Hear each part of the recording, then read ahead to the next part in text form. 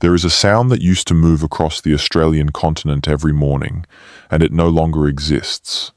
You cannot hear it anywhere on Earth. It was not a bird call, though it would have come from a creature larger than any bird alive today. It was not a mammal grunt, though the animal that made it would have weighed more than a small car. It was something in between, and it rolled across open plains that no longer look the way they looked when that sound was common, because the thing that made that sound is gone, and the landscape changed when it left, and we are still finding out what we lost when the silence replaced it. You are lying in the dark right now, and somewhere on the other side of the world is a continent that spent 50 million years building a menagerie unlike anything that had ever existed on this planet, and then lost most of it in what amounts, in geological terms, to a single afternoon. The animals that died were not small. They were not marginal. They were enormous, specialized, perfectly adapted to a place that had been building them for longer than the human genus had existed anywhere on Earth. And they are gone. All of them. And we have been arguing about why for more than a century, and we still do not agree. That is what this video is about. Not the deaths themselves, but the mystery underneath them. The question that paleontologists and ecologists and archaeologists have been trying to answer since the first bones were pulled from Australian lake beds in the 19th century. The question that gets harder to answer the more carefully we look. Did people do this? Did the climate do this? Did something even stranger happen? Something that sits outside both of those explanations and requires a third framework we have not fully built yet? Or did all three forces arrive at almost exactly the same moment, and the megafauna of Australia was simply caught between them? If you are watching this to fall asleep, that is exactly why I make these videos. Maybe subscribe and let me know where are you right now and what time is it. Let's start with what was here. The first thing to understand is that Australia was not always the way it looks now. The continent we see today, the red centre, the sparse outback, the eucalyptus scrubland stretching in every direction, is a relatively recent version of a much stranger place. 50 million years ago, after Australia detached from the ancient supercontinent Gondwana and began its slow drift northward toward the equator, it was forested, wet, and full of animals that had no equivalent anywhere else on Earth. The isolation was total. No land bridges, no corridor for animals to walk in from Africa or Asia. What evolved in Australia evolved alone, in a closed laboratory, for tens of millions of years. What that isolation produced was marsupials. Not just the familiar ones, the kangaroo, the koala, the wombat, but a radiation of marsupial body plans so diverse and so extreme that paleontologists sometimes struggle to describe them without reaching for comparisons that do not quite fit. There were marsupial equivalents of lions, of tapirs, of giant sloths, of hippopotamuses. There were marsupial wolves. There were marsupial carnivores with body plans that have no living parallel. The entire category of large land mammal, which on other continents was filled by placental mammals, was occupied in Australia by marsupials. And they had been developing those body plans for millions of years by the time the first humans arrived on Australian shores. The largest of them was Diprotodon optatum. Say that name slowly if you want, because the animal it belongs to deserves the time. Diprotodon optatum. It was a wombat, technically. The largest marsupial that has ever lived on this planet, and it belonged to the same family as the common wombat you can see in a zoo today. But there was nothing common about Diprotodon. It stood roughly 2 meters tall at the shoulder. It weighed somewhere between 2 and 3 tons depending on the specimen. It walked on 4 legs, moved slowly, and spent its days browsing on the low-growing salt bushes and shrubs of the Australian interior. Its feet turned inward slightly, giving it a distinctive plodding gait, and it left tracks in the mud of ancient lake beds that paleontologists have been pulling from the ground for over 100 years. When you look at a Diprotodon track in a museum display, you are looking at the footprint of an animal that walked across country that is now baking Australian desert. And it walked there because that country was then a series of connected wetlands and grasslands, and Diprotodon was built to live in exactly that kind of landscape. The bones of Diprotodon were first described scientifically in the 1830s, when Richard Owen, the English anatomist who was also the person who coined the word dinosaur, received specimens from Australian fossil sites and recognized that they belonged to an animal of extraordinary size. Owen's original description was cautious but clear. He was looking at the remains of a marsupial larger than any marsupial that had ever been scientifically described. It took decades of subsequent collection and analysis to build up a complete picture of the animal, and that picture is still being refined today. Diprotodon was not a single homogeneous species. There appear to have been regional variations, possibly multiple subspecies or closely related species, adapted to the different ecological conditions across the vast Australian interior. Some specimens were larger than others. Some had slightly different dental wear patterns, suggesting different dietary preferences. The Diprotodon of the wetter eastern coast margins may have been different from the Diprotodon of the arid interior. What all of the Diprotodon had in common was their dependence on water and on productive vegetation. Large browsers need large quantities of food. A 3-ton animal with the metabolic demands of a mammal needs to eat continuously, processing enormous quantities of low-quality plant material to extract enough energy and nutrients to sustain itself. The vegetation that Diprotodon depended on was the shrubby, diverse plant community of the Australian wetlands and grasslands in the Pleistocene. A community very different from the sparse, low-nutrient vegetation that now covers much of the same ground. This vegetation dependence meant that Diprotodon populations were anchored to areas of consistent rainfall and productive soil, and that anchoring made them vulnerable. When the water contracted, the Diprotodon contracted with it. Diprotodon was not alone. Nothing about this was a single species. The megafauna of late Pleistocene Australia was an entire ecosystem, and most of it is gone. Procoptodon goliath was a kangaroo. Again, technically, the largest kangaroo that has ever existed. It stood somewhere around 2.5 meters tall, weighed up to 230 kilograms, and had a face that looked almost cartoonishly squashed, a short-faced, deep-skulled head adapted for processing the toughest plant material available. Its feet were structured so that it balanced on a single large toe on each foot, like a hoofed animal, which is something that no living kangaroo does. It could not move the way modern kangaroos move. It moved differently. We do not know exactly how, because the animal is gone and we are reconstructing its locomotion from bones. But it was built for power and deliberate movement rather than the bounding speed of a modern red kangaroo, and it browsed on plants that grew in the driest parts of the continent. Procoptodon had 4 limbs with 2 elongated fingers adapted for reaching up into shrubs and pulling branches down toward its mouth. It was a specialized tree browser in a continent that, during its time, had more trees than it does now. The combination of its body size, its specialized feet, and its specialized forelimb anatomy make it one of the most striking examples of extreme marsupial adaptation in the Australian fossil record. Above them both, in the sky, flew Genyornis newtoni, a bird. A flightless bird that stood roughly 2 meters tall and weighed somewhere between 200 and 240 kilograms. It was related to ducks and geese, distantly, in the way that a truck is related to a bicycle. Genyornis had a massive, deep beak, legs thick enough to support its weight without wings for balance, and it left behind eggs. The eggs of Genyornis were large, thick-shelled, and distinctive in their chemistry. We know this because some of those eggs were cooked, and some of them were cooked in fires made by humans, and the scorched fragments of those eggshells are now some of the most important evidence in one of the bitterest scientific debates in Australian paleontology.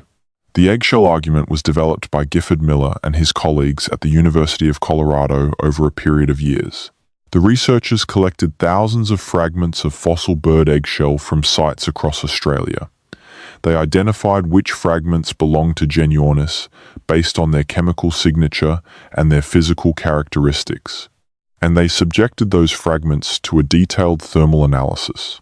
What they found was that a significant proportion of the Genyornis eggshell fragments showed a thermal alteration pattern that was inconsistent with natural bushfire exposure.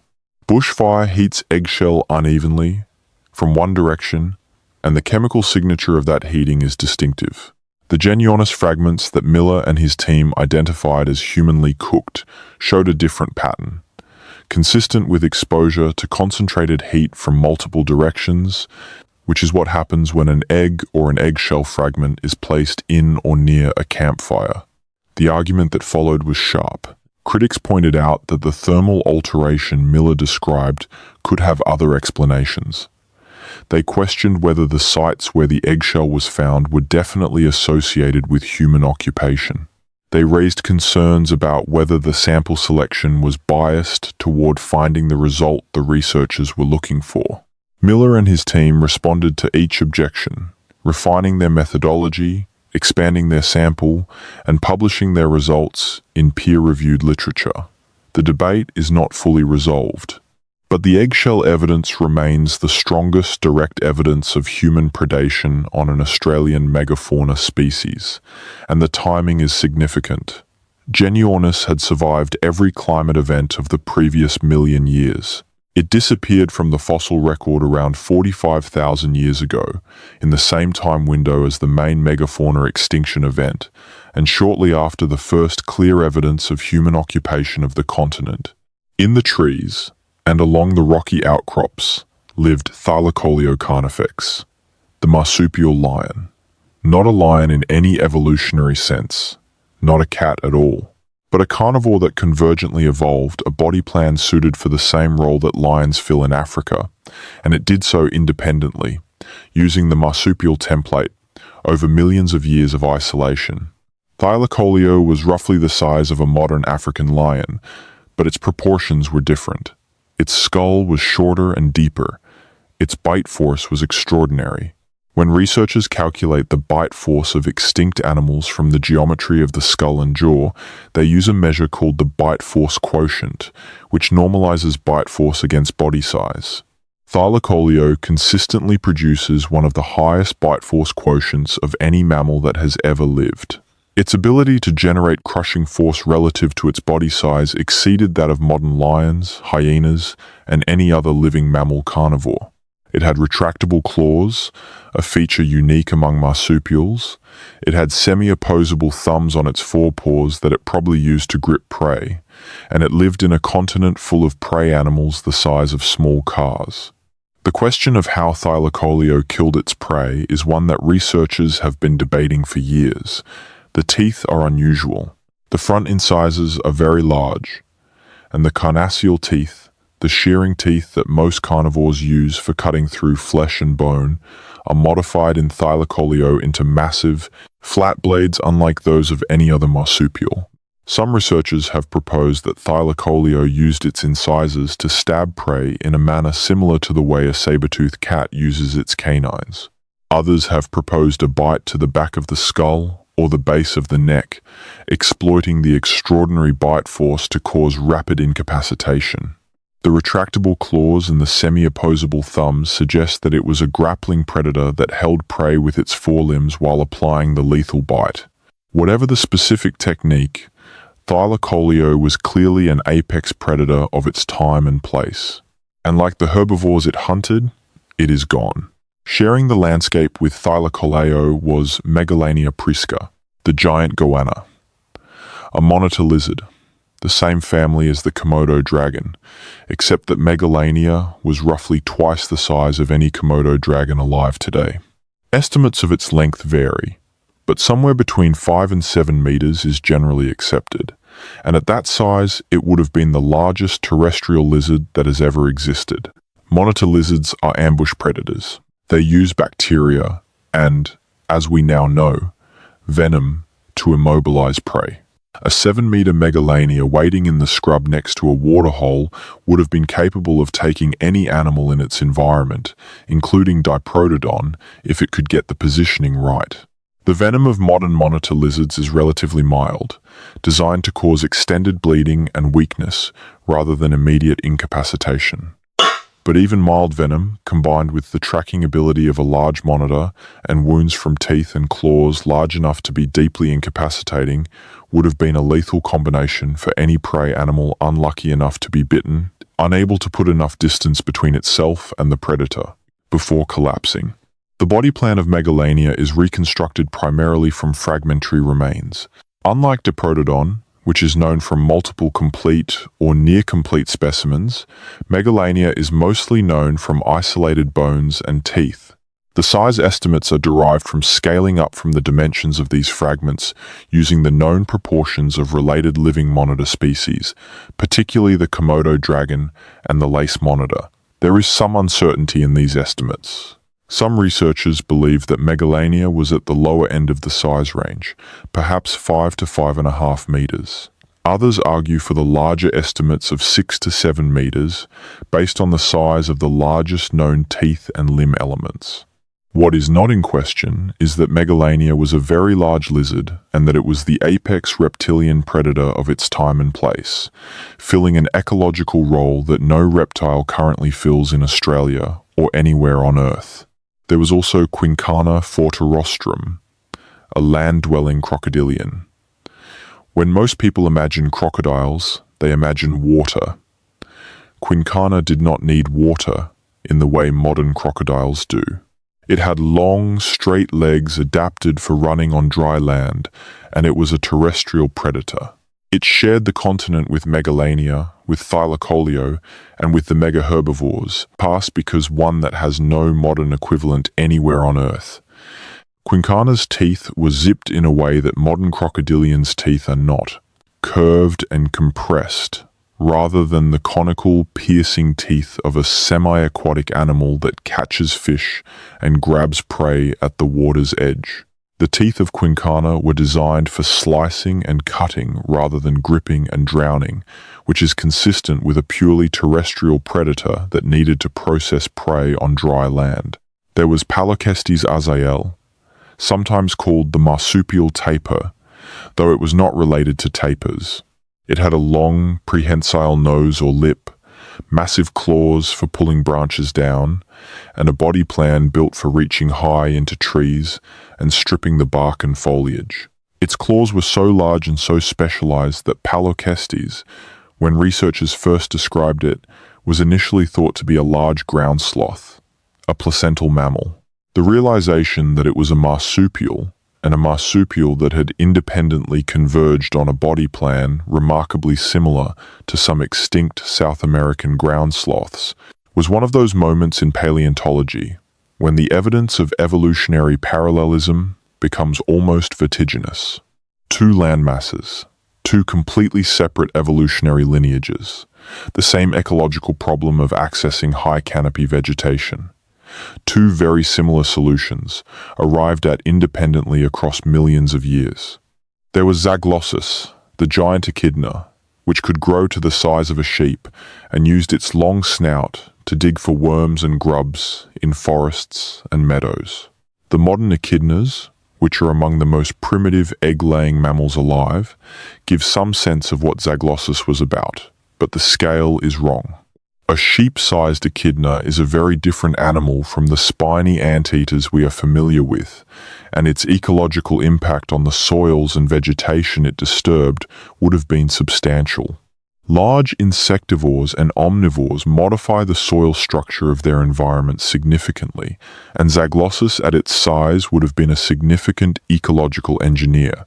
There were at least two species of Protemnodon, giant wallabies that stood taller than a modern man and browsed in the dense vegetation of the wetter coastal margins. Protemnodon did not replace Procoptodon in the same niches. They occupied different vegetation types, the wetter, denser habitats of the coastal margins rather than the dry interior. Together with the Procoptodon species, the Protemnodon species gave the Australian megafauna a diverse representation of the kangaroo lineage at scales that the surviving red kangaroo and its relatives, large as they are by the standards of living marsupials, only partially suggest. The full list runs to more than 90 species. Not 90 individual animals, 90 species, 46 genera. An entire community of large animals that had been building and refining itself across the Australian continent for millions of years, filling every ecological niche from the wet tropics to the arid interior, from sea-level forests to alpine meadows. And then, in what the geological record describes as a very short period of time, almost all of it disappeared. The word paleontologists use is extinction. The word feels clinical, clean. The reality was a collapse so total, so comprehensive, that it fundamentally changed what Australia looked like, what it smelled like, what it sounded like, and what its soils were doing. The continent that exists today is not the continent that existed before the megafauna died. It is a different place, a quieter place. A place that is still, in ways that researchers are only now beginning to fully document, adjusting to what it lost. The question is, what killed them? There are three serious competing hypotheses, and they have been argued about with unusual intensity even by the standards of scientific debate. The first is human hunting. The second is climate change. The third is some combination of the two that made each more devastating than it would have been alone. And within each of those frameworks there are sub-debates, contested evidence, methodological arguments, and findings that seem to support one camp one year and the other camp the next. It is a genuinely open question, not in the way that evolution is an open question, which is to say it is not open at all, but open in the way that real scientific mysteries are open, where the evidence is fragmentary, the methods for reading that evidence are still being refined, and reasonable scientists looking at the same data reach different conclusions. Let's start with humans, because that is where the most recent debate has been the most heated. The hypothesis that humans caused the extinction of Australian megafauna is associated, in its most aggressive form, with a theory called the Blitzkrieg model. The name comes from the paleontologist Paul Martin, who applied it first to North American megafauna extinctions and then to other continents. The basic idea is this. When humans arrived in a new landmass, they encountered animals that had never seen anything like a human predator before. These animals had evolved without hominins. They had no fear response calibrated to detect or avoid a bipedal primate carrying weapons. They were, in the technical language, naive. And naive megafauna, when encountered by skilled human hunters, can be killed at rates that exceed reproduction, and when an animal that reproduces slowly is killed faster than it can replace itself, it goes extinct. The Blitzkrieg model proposes that this process was fast, maybe just a few thousand years, maybe less, and that it swept across the continent like a wave following the front of human expansion. The evidence that is usually marshaled in support of the overkill hypothesis begins with timing. Humans arrived in Australia somewhere between 50 and 65,000 years ago. The megafauna disappeared somewhere between 40 and 45,000 years ago. The overlap between human arrival and megafauna extinction is real, and it is the most basic argument for human involvement. You had megafauna for millions of years. Humans arrived, the megafauna disappeared. Something changed when humans got there, and the simplest explanation is that the something was the humans themselves. The second piece of evidence is comparative. When we look at other land masses that experienced rapid megafauna extinction, we see the same pattern. New Zealand had no large land mammals when the Polynesian ancestors of the Maori arrived around 750 years ago. What New Zealand did have was moa, a family of giant flightless birds, the largest of which stood over 3 meters tall. Within roughly 600 years of human arrival, all 9 species of moa were extinct. The timing is precise enough that we can see it in the archaeological record with relatively high resolution. The earliest moa bones show butchery marks. The moa middens, the trash heaps left by early Maori communities, are full of moa bones. And then the bones stop appearing, because the moa were gone. The same pattern appears in Madagascar, where giant elephant birds and pygmy hippopotamuses went extinct within a few centuries of human arrival. It appears in the Caribbean, where ground sloths and giant rodents disappeared when humans colonized the islands. The pattern across all of these cases is consistent. Megafauna, naive to human predation, does not survive contact with armed humans for long. The third piece of evidence comes from the eggshells, and it is the most direct. Between roughly 50,000 and 45,000 years ago, something happened to Genyornis newtoni. Researchers working at sites across Australia began finding fragments of Genyornis eggshell that were scorched, not just blackened on one side, which is what you get when an egg is exposed to a bushfire and one side faces the flame. These fragments were scorched on multiple surfaces, in patterns consistent with being exposed to concentrated heat from all sides, the kind of pattern you get when an egg is placed in or near a campfire. The scorching was thermal in the specific sense that it altered the chemical composition of the shell in ways that bushfire exposure does not produce. Researchers analysed thousands of fragments from more than 200 sites across Australia, and the scorched Genyornis eggshell appears at sites alongside other evidence of human occupation. The interpretation offered by the researchers is that humans were collecting Genyornis eggs and cooking them, and shortly after this evidence appears in the record, Genyornis itself disappears from the record. The bird survived every climate change of the previous million years. It was gone within a few thousand years of the scorched eggshell evidence. The counterargument is equally forceful. Critics of the overkill hypothesis point to a site called Cuddy Lake in New South Wales. Cuddy Lake is a dry lake bed, and it has been producing megafauna bones since the late 19th century. When researchers began systematically excavating Cuddy Lake and dating the bones they found using multiple methods, they got results that troubled the Blitzkrieg model. Some of the megafauna bones at Cuddy Lake appear to date to periods significantly after the Blitzkrieg would have wiped them out. They appear in sediment layers that also contain charcoal and stone tools, suggesting that humans and megafauna were occupying the same landscape for a much longer period than the Blitzkrieg model allows. If humans arrived around 50,000 years ago and megafauna was gone by 45,000 years ago, there is only a 5,000-year window for human hunting to have caused the extinctions. But if megafauna was still alive at Cuddy Lake 30,000 years ago or even later, then humans and megafauna coexisted for much longer, and either the hunting hypothesis is wrong or the hunting was much slower and more gradual than the Blitzkrieg suggests. The defenders of the overkill hypothesis dispute the Cuddy Lake dates. They argue that the site has been disturbed by bioturbation, the process by which burrowing animals, plant roots, water movement, and time physically mix sediment layers so that bones from one period end up in sediment deposited at a different period.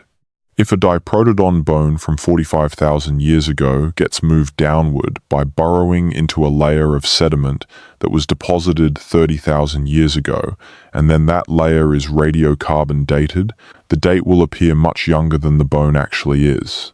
Bioturbation is a real problem in archaeology and paleontology, and it is particularly severe in the Australian outback, where deep burrowing animals have been active for millennia, and where the alkaline soils tend to degrade organic material in ways that compromise radiocarbon dating.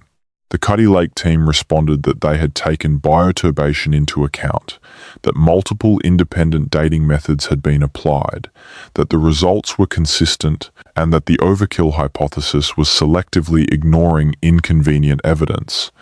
The debate continued. It is still continuing. And the fact that it is still continuing tells you something important about the state of the evidence. If one side clearly had the better data, the debate would have ended by now. This is the nature of the megafauna question. Every piece of evidence has a counter-reading. Every clean story falls apart when someone looks at it closely enough. The climate hypothesis offers an alternative framework. The late Pleistocene was not a stable interval. The glacial and interglacial cycles that define this period produced dramatic swings in temperature, rainfall, and vegetation cover across the Australian continent. During glacial maxima, The interior of Australia was colder and drier than it is today. The great internal lake systems that had sustained megafauna in earlier periods contracted or disappeared. The vegetation shifted from the diverse, productive scrublands and grasslands that large browsers required toward the sparse, unproductive spinifex grasslands that now cover much of the continent. The argument from climate is that the megafauna was already stressed by these changes, that their populations had been declining for thousands of years before humans arrived, and that by the time humans showed up, the animals were so reduced in number and range that even modest hunting pressure could push them over the edge. The deep-sea sediment cores support the climate story in some ways. Researchers pulling cores from the ocean floor around Australia can read the history of Australian aridity in the dust and pollen that settled to the seafloor over tens of thousands of years. Those cores show a pronounced pulse of aridity and dust in the period around 45,000 to 35,000 years ago. The continent was dry. It was getting drier. Large animals that depended on permanent water sources would have been forced into smaller and smaller refuge areas around the remaining water bodies, which would have both stressed their populations directly and concentrated them in ways that made them easier for human hunters to locate. Lake Eyre, which is now the lowest and largest dry lake in Australia, was once full. Not just seasonally, but permanently, for extended periods. The shorelines of ancient Lake Eyre, now visible as terraced deposits well above the current dry lake bed, tell the history of a water body that supported enormous concentrations of animal life. Diprotodon bones have been found in the Lake Eyre basin in abundance. The Great Pleistocene Lake was an anchor for megafauna populations across the interior. When the lake began its final retreat in the late Pleistocene, the animals that had depended on it were left stranded in a landscape with fewer and fewer resources to sustain them. Lake Callabonna, in the far north of South Australia, is one of the most evocative places in Australian paleontology. It is a dry salt lake now, white and flat and merciless in the summer heat. But in its sediments, paleontologists have found a remarkable concentration of diprotodon remains. Not just single animals, but multiple individuals, in poses that suggest they walked into the shallowing lake in search of water or food and became bogged in the mud at the edges. Their bones are still articulated in some cases, still lying in the positions they fell, because the alkaline mud preserved them against decay. When you look at the Lake Callabonna specimens, you are looking at animals that died in distress. They were not old. Many were healthy adults. They were looking for water in a landscape that was running out of it. That is the climate story. The continent was drying. The water bodies were shrinking. The vegetation was shifting. The megafauna was being squeezed into smaller and smaller refugia. But here is the problem with the climate story as a standalone explanation. The climate had been doing this before. The late Pleistocene was not the first glacial maximum. It was not the first major arid period in Australian history. The record going back millions of years shows multiple cycles of extreme aridity followed by recovery, and the megafauna survived all of them. Diprotodon had been around for over 1 million years by the time the late Pleistocene arrived. It had survived previous glacial maxima. The climate argument has to explain why this particular climate event, which was not necessarily more severe than previous ones, killed animals that had survived all the previous ones. And the most obvious variable that was different this time was the presence of humans. Which brings us to the third hypothesis, the synergistic collapse. And this is where the most careful researchers now tend to situate themselves. The synergistic model does not require either humans or climate to be sufficient on their own. It requires them to interact. Here is how the interaction might have worked. The megafauna were already stressed by aridity. Their populations were smaller than they had been in wetter periods. They were concentrated around remaining water bodies. Their reproductive rates, already slow because of their large body sizes, had declined further because stressed animals in degraded habitat do not reproduce at peak rates. A diprotodon female produced, at maximum, perhaps 1 offspring per year, probably less. A Procoptodon female was similarly constrained by her body size and the marsupial reproductive timeline. Animals that reproduce slowly cannot recover from mortality events the way rabbits or mice can. If you kill 20% of a rabbit population, the rabbits can replace that loss within a single breeding season. If you kill 20% of a diprotodon population, it takes years to recover. If the hunting pressure is sustained, the population cannot recover at all. Into this already stressed, already reduced, already concentrated population came human hunters. And the hunters did not need to be particularly efficient or particularly numerous to have a devastating effect. A small band of hunters visiting a waterhole where megafauna were concentrated does not need to hunt the adults.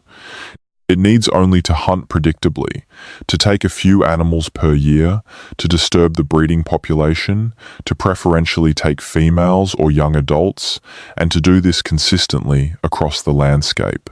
The additive mortality pushes a slow reproducing population below its replacement rate.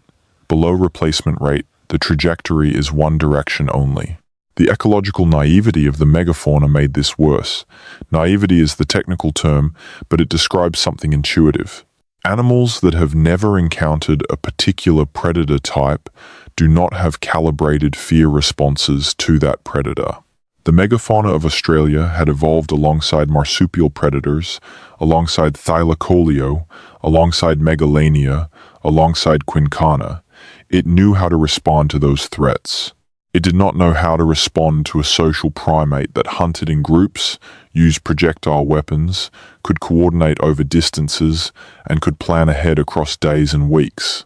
A diprotodon that stood its ground when approached by a group of humans, because standing ground was what worked against marsupial predators, was making a fatal mistake.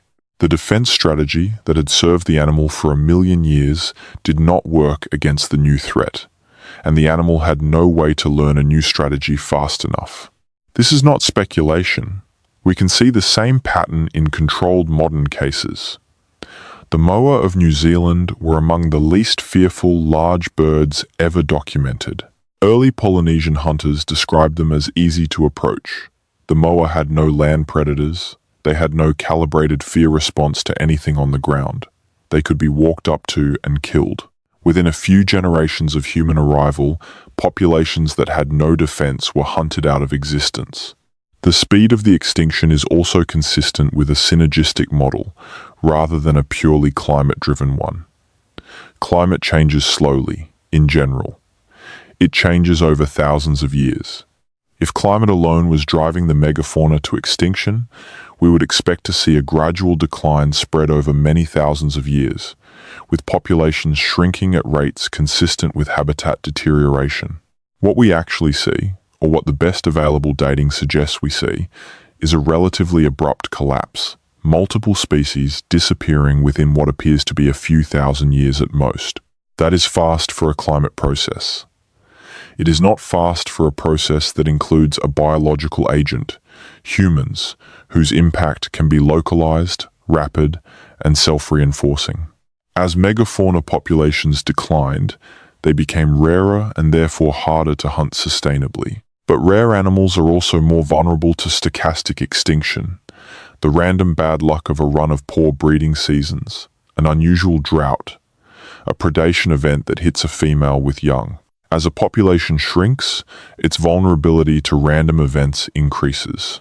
The last few hundred diprotodon were much more likely to go extinct from a single bad year than the original population of tens of thousands would have been. The fire question is a subset of the synergistic debate that deserves its own attention. One of the most widely cited arguments for human involvement in the megafauna extinction is the idea that humans used fire to manage the Australian landscape, and that this fire management fundamentally altered the vegetation in ways that disadvantaged megafauna. The evidence for ancient human use of fire in Australia is not in question.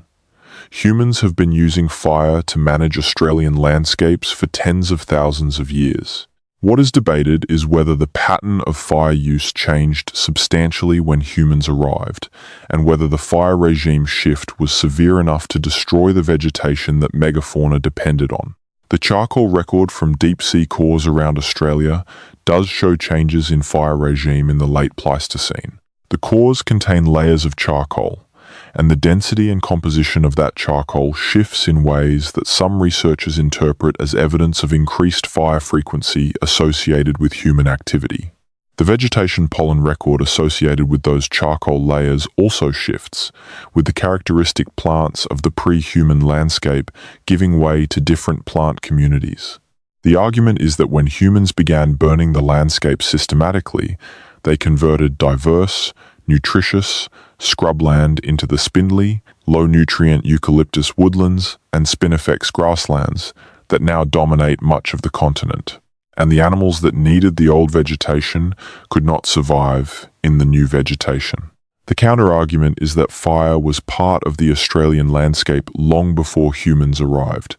Lightning strikes caused fires. The vegetation had adapted to fire over millions of years. The shift in the charcoal record in the late Pleistocene is real, but attributing it specifically to human fire management requires more precise evidence than we currently have. Let's talk about the fossil sites themselves, because the bones are where the argument has to be grounded. The Willandra Lakes region in New South Wales, a UNESCO World Heritage Site, is one of the most important archaeological and paleontological locations in Australia. The ancient lake system that is now a series of dry deflation basins was, during the Pleistocene, a chain of connected wetlands fed by the Lachlan River. The lakes were full. They supported large populations of freshwater mussels, fish, and waterfowl. They also supported humans who arrived at the Willandra Lakes at least 40 to 45,000 years ago and left behind some of the oldest definitively dated human remains in the world. The famous Mungo Man and Mungo Lady, the human burials found at Willandra Lakes in the 1960s and 70s, date to roughly 40,000 years ago. They were buried with ochre, in the oldest confirmed ritual burial in the world. They were clearly people with an emotional and spiritual relationship to their dead, with enough surplus time and social organization to conduct formal burial. They were not scrambling to survive in an alien landscape. They were settled, organized, and capable of sophisticated cultural practice. And they were living alongside, or at least in the same general region as, the last populations of Australian megafauna. What were they doing with those megafauna? We do not know. The Willandra Lake sites do not have clear butchery evidence. There are no diprotodon bones with cut marks that unambiguously prove human hunting at this site.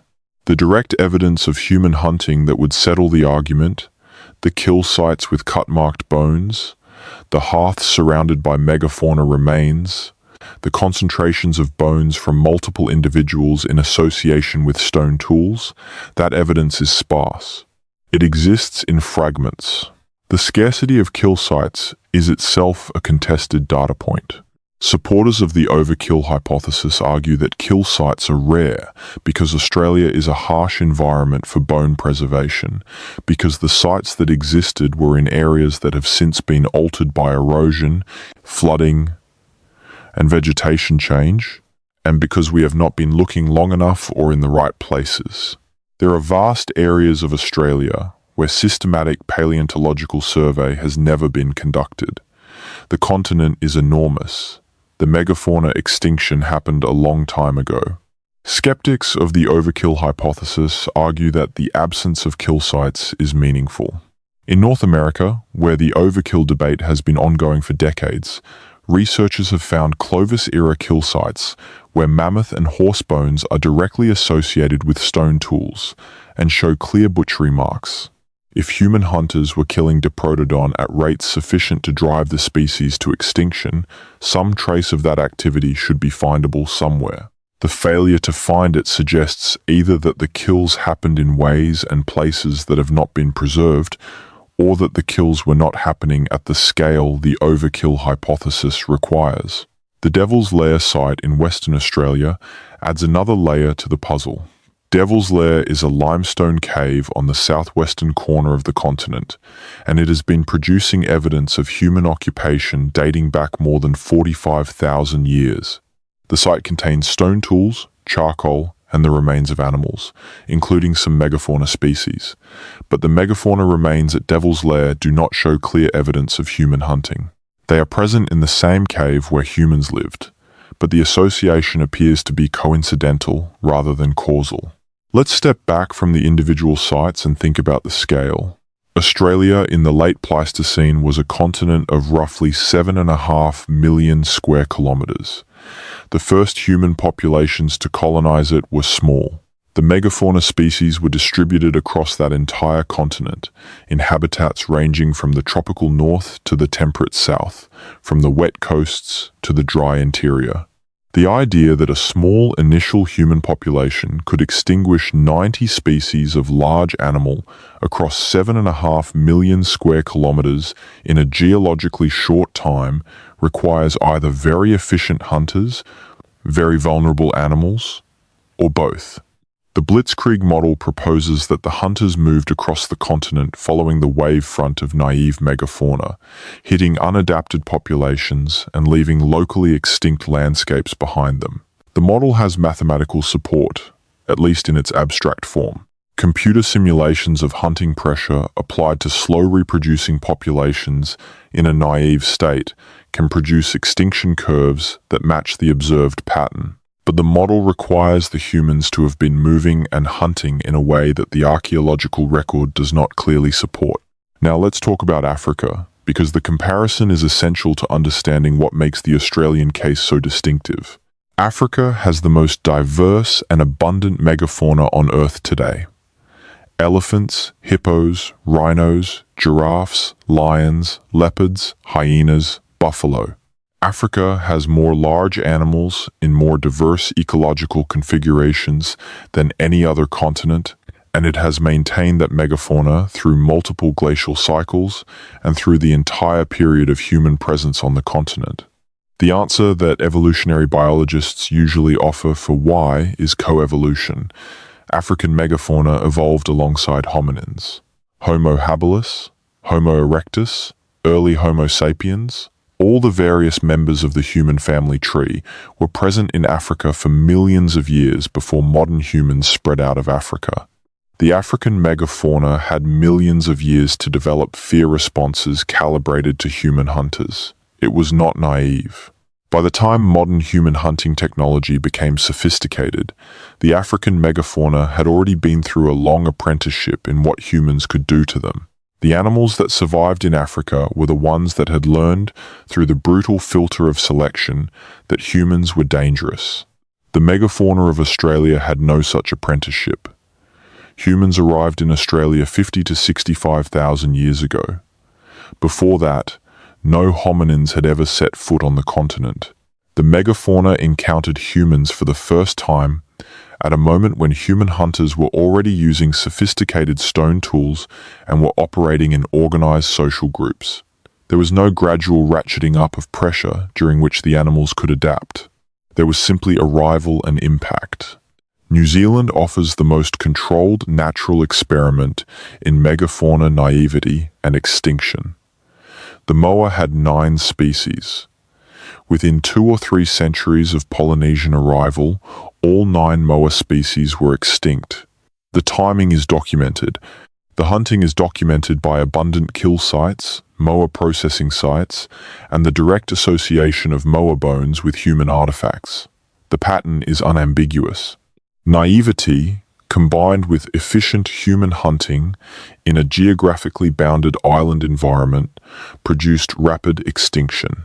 Australia is not an island in the way New Zealand is, and the dynamics are more complex, but the naivety principle applies. The question of what Australia looked like, the full sensory experience of the continent before the megafauna died, is one that researchers have tried to reconstruct, and that defies easy imagination. We know some things.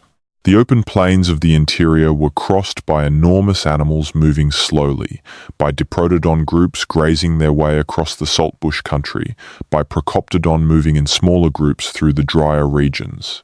The wetlands around the great interior lakes were full of animal activity at a scale that nothing in modern Australia approximates.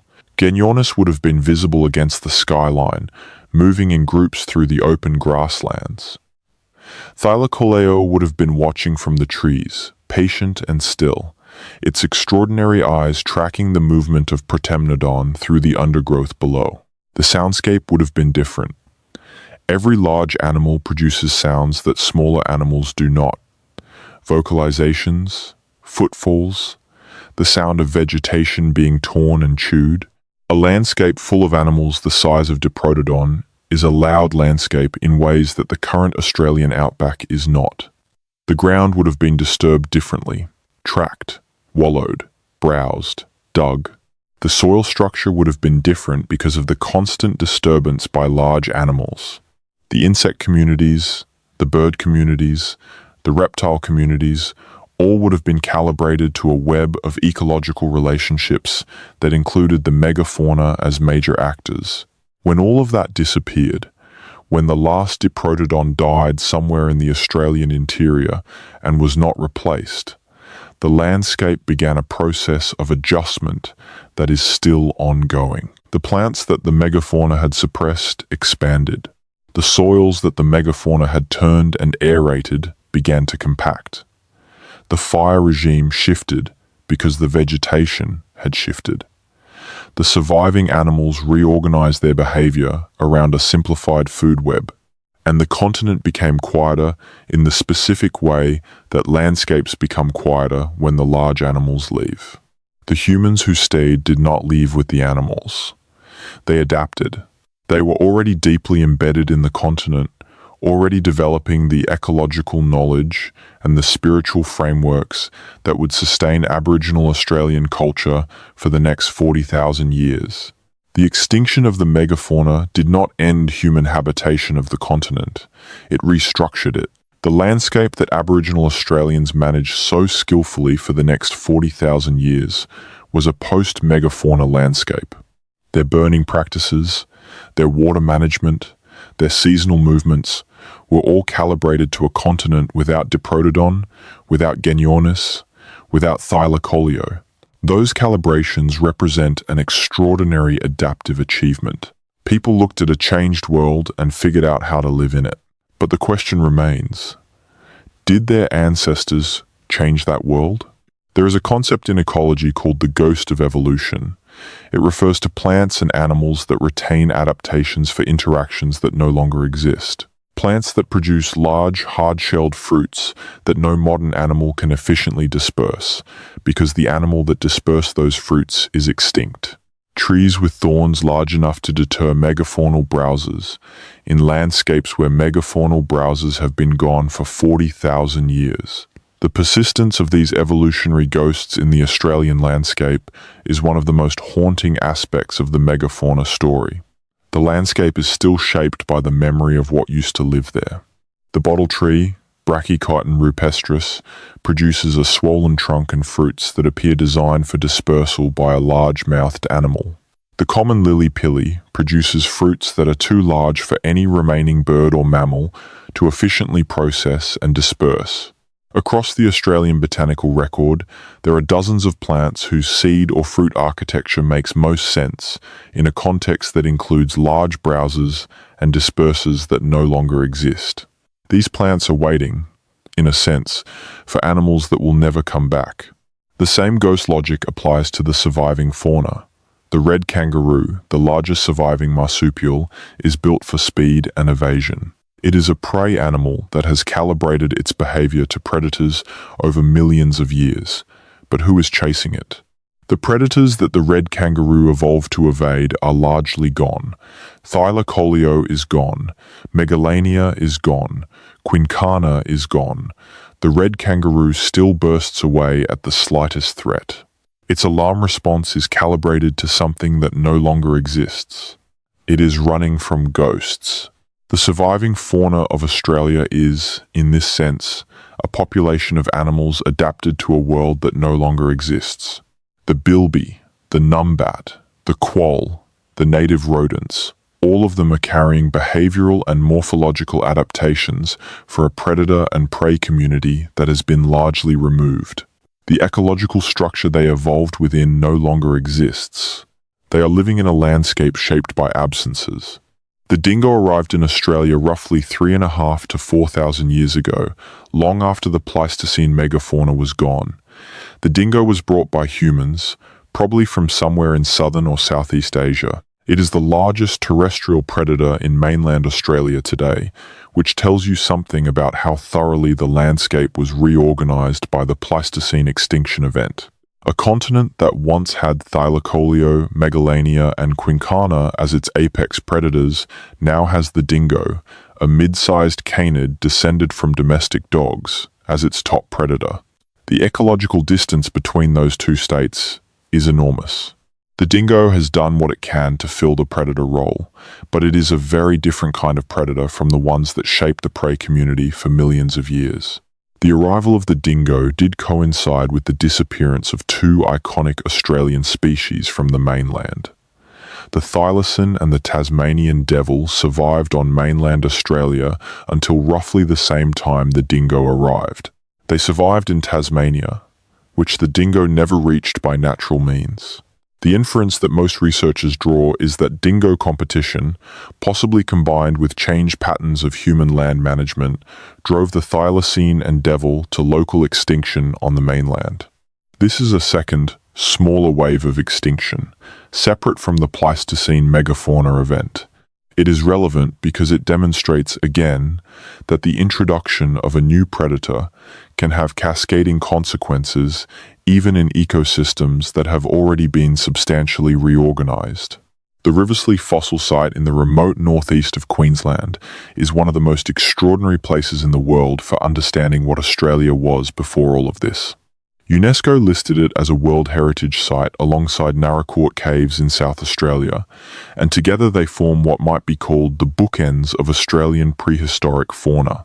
Riverslea records Australia's ancient past, the faunas of 15 to 20 million years ago, the even older radiations of marsupials that preceded the megafauna. Walking through the limestone ridges of Riverslea is to walk through layers of time, with fossil-bearing nodules embedded in the rock surface at every turn, each one the preserved remains of an animal from a world that bore almost no resemblance to the Australia that exists today. At Naracoorte, the bones of the Pleistocene megafauna are preserved in extraordinary condition by the alkaline cave sediments, complete skeletons, articulated bones, animals that fell into the cave system and were preserved by the environment. Walking through the fossil display at Naracoorte is as close as it is currently possible to get to being in the presence of the megafauna. The bones are there, the scale is there. The physical reality of these enormous animals is conveyed by the material itself in a way that no description fully achieves. But the bones are also, inescapably, evidence of death. Not death from hunting. The Naracoorte animals died by falling. The cave system they fell into was a natural trap, a pitfall in the landscape, and animals continued to fall into it for tens of thousands of years. The Naracoorte fauna captures a cross-section of the megafauna in a way that accident preserved but intention did not arrange. These animals were going about their lives when they fell. They were doing what they had been doing for 1 million years. The fossil record from the Nullarbor Plain, the vast limestone plateau that stretches across southern Australia, adds another dimension to the story. The Nullarbor cave systems have been yielding megafauna specimens for decades, some of them extraordinary in their completeness. A Thylacoleo skeleton recovered from the Nullarbor in the 1980s was among the most complete marsupial lion specimens ever found, and its anatomy revealed details of Thylacoleo's body plan, including its retractable claws and its unusual thorax structure that had not been known before. The Darling Downs of southeastern Queensland is another important megafauna region. The rich black soils of the Darling Downs were deposited in part by the action of ancient wetlands and river systems, and they contain megafauna bones in quantities that were recognized by European settlers in the 19th century. The Darling Downs megafauna sites contributed to the first scientific understanding of the Australian megafauna, and some of the iconic specimens in museums around the world, including Diprotodon and Procoptodon, were recovered from Darling Downs localities. The Lancefield swamp site in Victoria excavated in detail in the 1970s and 80s, produced a mass accumulation of megafauna bones from what appears to have been a waterhole that dried up during a severe drought period. The bones of multiple species, including Diprotodon, were found in concentrations consistent with animals crowding around a dwindling water source and dying there. The Lancefield dates, like the Cuddy Lake dates, have been contested. The pattern they suggest of animals dying at a dwindling water source in large numbers is consistent with the climate stress component of the synergistic model. The parallel to the present is not subtle. We are living through a second mass extinction of large animals. The specific drivers are different: habitat loss, fragmentation, direct hunting, introduced species, climate change. But the pattern is recognizable. Large, slow-reproducing animals are the most vulnerable.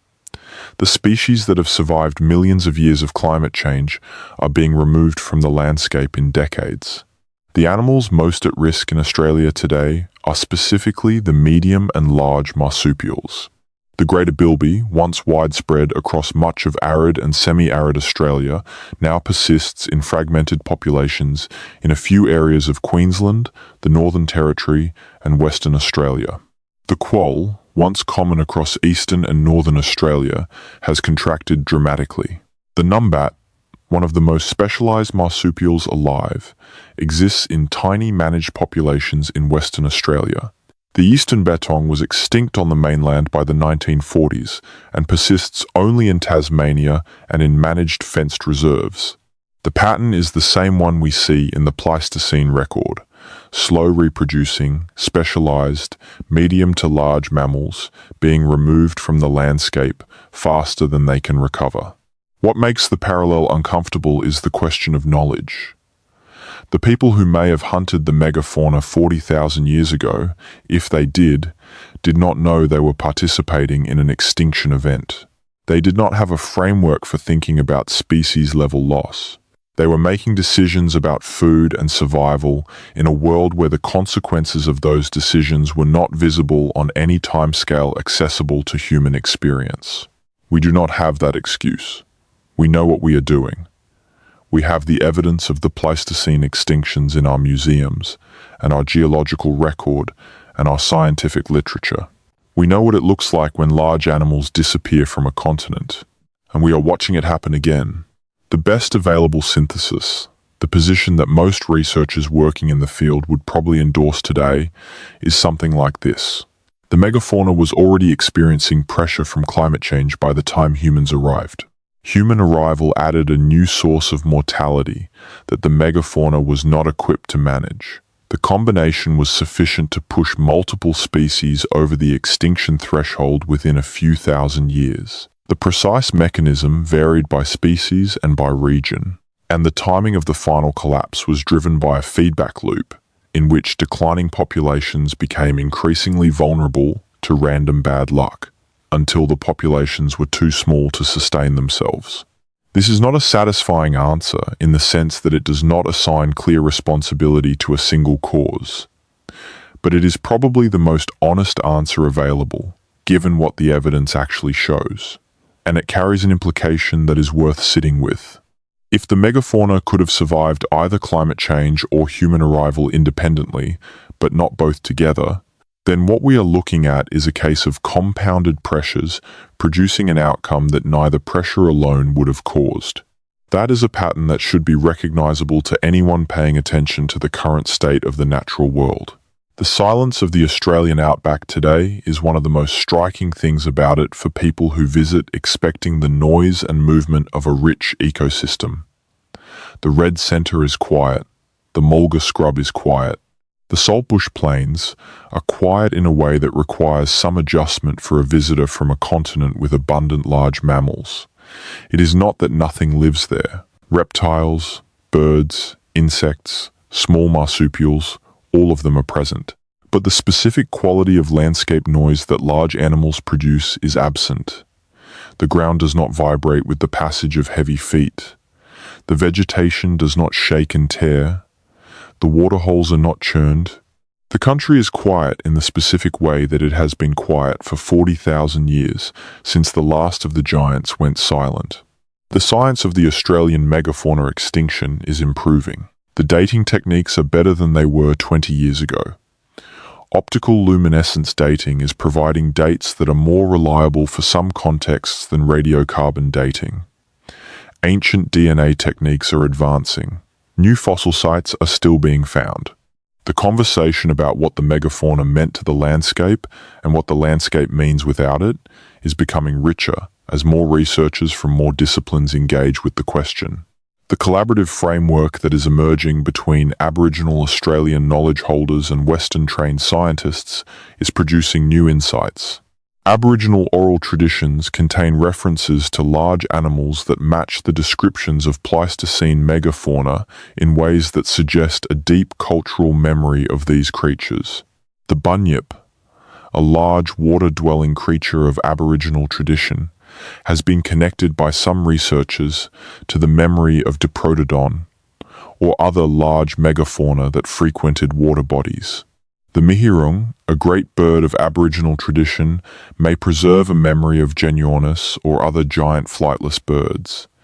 These are not claims that Aboriginal oral tradition is literal natural history, but they are consistent with the evidence from other parts of the world that human cultures can preserve accurate information about ecological realities that existed thousands of years before the historical record. The Aboriginal concept of country encompasses a relationship with landscape that includes the landscape's history.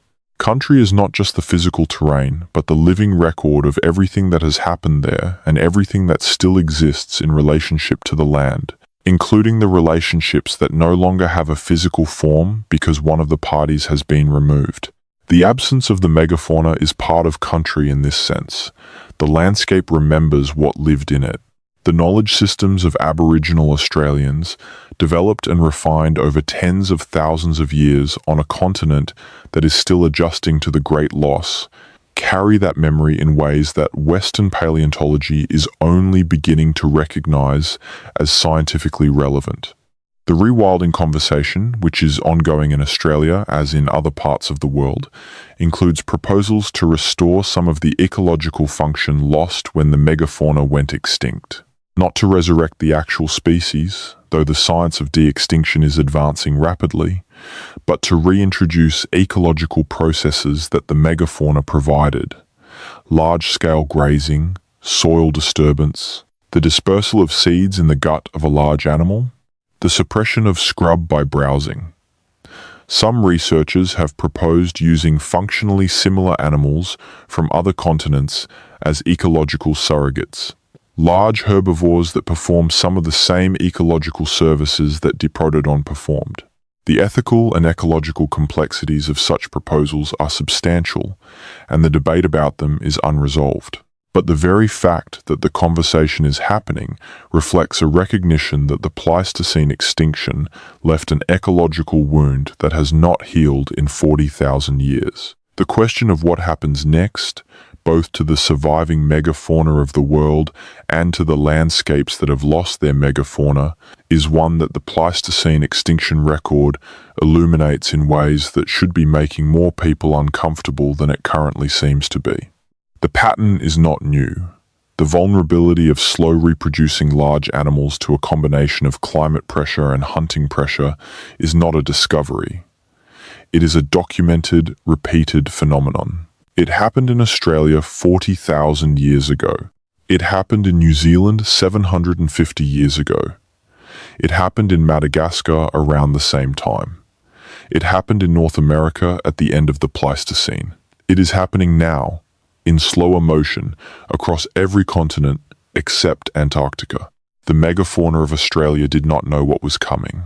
The Diprotodon walking to the waterhole at dawn, the Thylacoleo watching from the shadows of the Casuarina scrub, the Genuornis moving through the grasslands, none of them had a framework for understanding that their kind was ending. They were living the life they had always lived, in a landscape that had always sustained them, until it did not. The ending was not dramatic in the way that mass extinction events are sometimes portrayed. It was probably gradual, local, accumulating, species by species, waterhole by waterhole, until there were not enough of any of them left to sustain a viable population. And then they were gone. The bones remained. The paleontologists found them. The debate began. It continues. And somewhere in the Australian outback, under the red soil of a dried lake bed or the white chalk of a cave floor, there are bones that have not been found yet. Bones of animals that died in the last years of their kind. Bones that, if they were found and dated and analysed, might shift the balance of evidence in the debate. The record is not complete. It probably never will be. Australia is enormous. The time involved is vast. The evidence is fragmentary by nature, but the fragmentary evidence we have is enough to say this with confidence. The Australian continent was once full of extraordinary animals. Those animals are gone. The landscape they shaped is still, in measurable ways, shaped by their absence. The question of why they died is genuinely open, and the pattern of their dying, whatever its ultimate cause, looks remarkably similar to patterns we are generating in the present. If that similarity is not enough to compel us to act differently than we have been acting, then the megafauna of Australia will have contributed one final thing to the natural history of the continent. Not their bones, not their tracks, not the ghost adaptations they left behind in the plants and animals that survived them, but a warning. Clear, measurable, 40,000 years old, still unanswered and still relevant, the giants can go. The landscape will change when they do, and the change will last longer than anyone alive today will live to see. The outback is quiet now. The salt lake beds are still. The cave floors are dark and dry. The saltbush plains stretch out in every direction under a sky that has been watching this continent since before the first animal that would become Diprotodon took its first steps on ancient Gondwana. The sky watched the giants live. It watched them die. It is watching what comes next. Close your eyes if you want. The question will still be there when you wake up. The bones are still in the ground. The continent is still adjusting. And somewhere in the dark, under 40,000 years of red Australian soil, the answer is waiting to be found. There is a specific quality to the uncertainty that surrounds the Australian megafauna extinction that distinguishes it from most other scientific debates. In most scientific controversies, the problem is that we have one set of evidence and multiple interpretations. In this debate, the problem is more fundamental. We have incomplete evidence, contested methods for reading the evidence we have, and genuine disagreement about which questions the evidence is even capable of answering. The debate is not just about what happened. It is about how we can know what happened, and that epistemological uncertainty is harder to resolve than a simple factual dispute. The dating problem sits at the center of everything.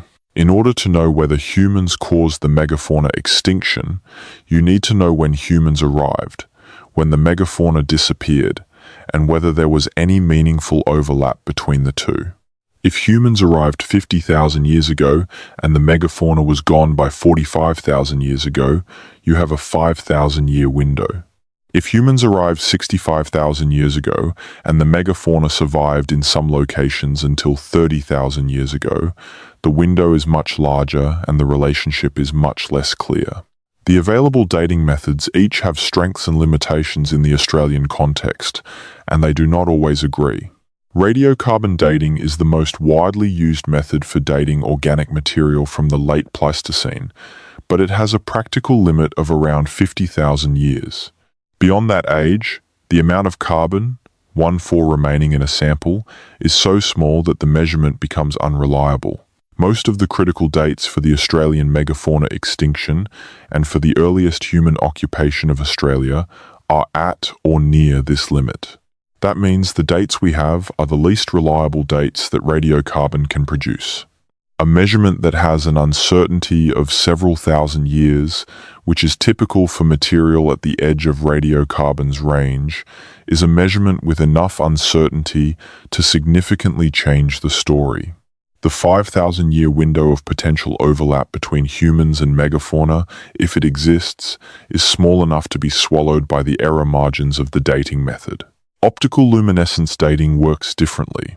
Instead of measuring the decay of radioactive carbon in organic material, it measures the amount of energy stored in mineral grains that were last exposed to sunlight.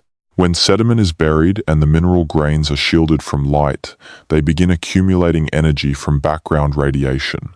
The longer they are buried, the more energy accumulates. By measuring the stored energy and the background radiation rate, researchers can calculate when the sediment was last exposed to sunlight, which is approximately when it was buried. This technique can be applied to the sediment in which megafauna bones are found, even when the bones themselves do not contain material suitable for radiocarbon dating, and it works beyond the radiocarbon limit in principle to several 100,000 years. The application of optical luminescence dating to Australian megafauna sites has produced some of the most important and most contested evidence in the extinction debate. Roberts and colleagues at the University of Wollongong applied this technique to a large number of megafauna sites across Australia and reported that the megafauna had disappeared from all of those sites by around 46,000 years ago.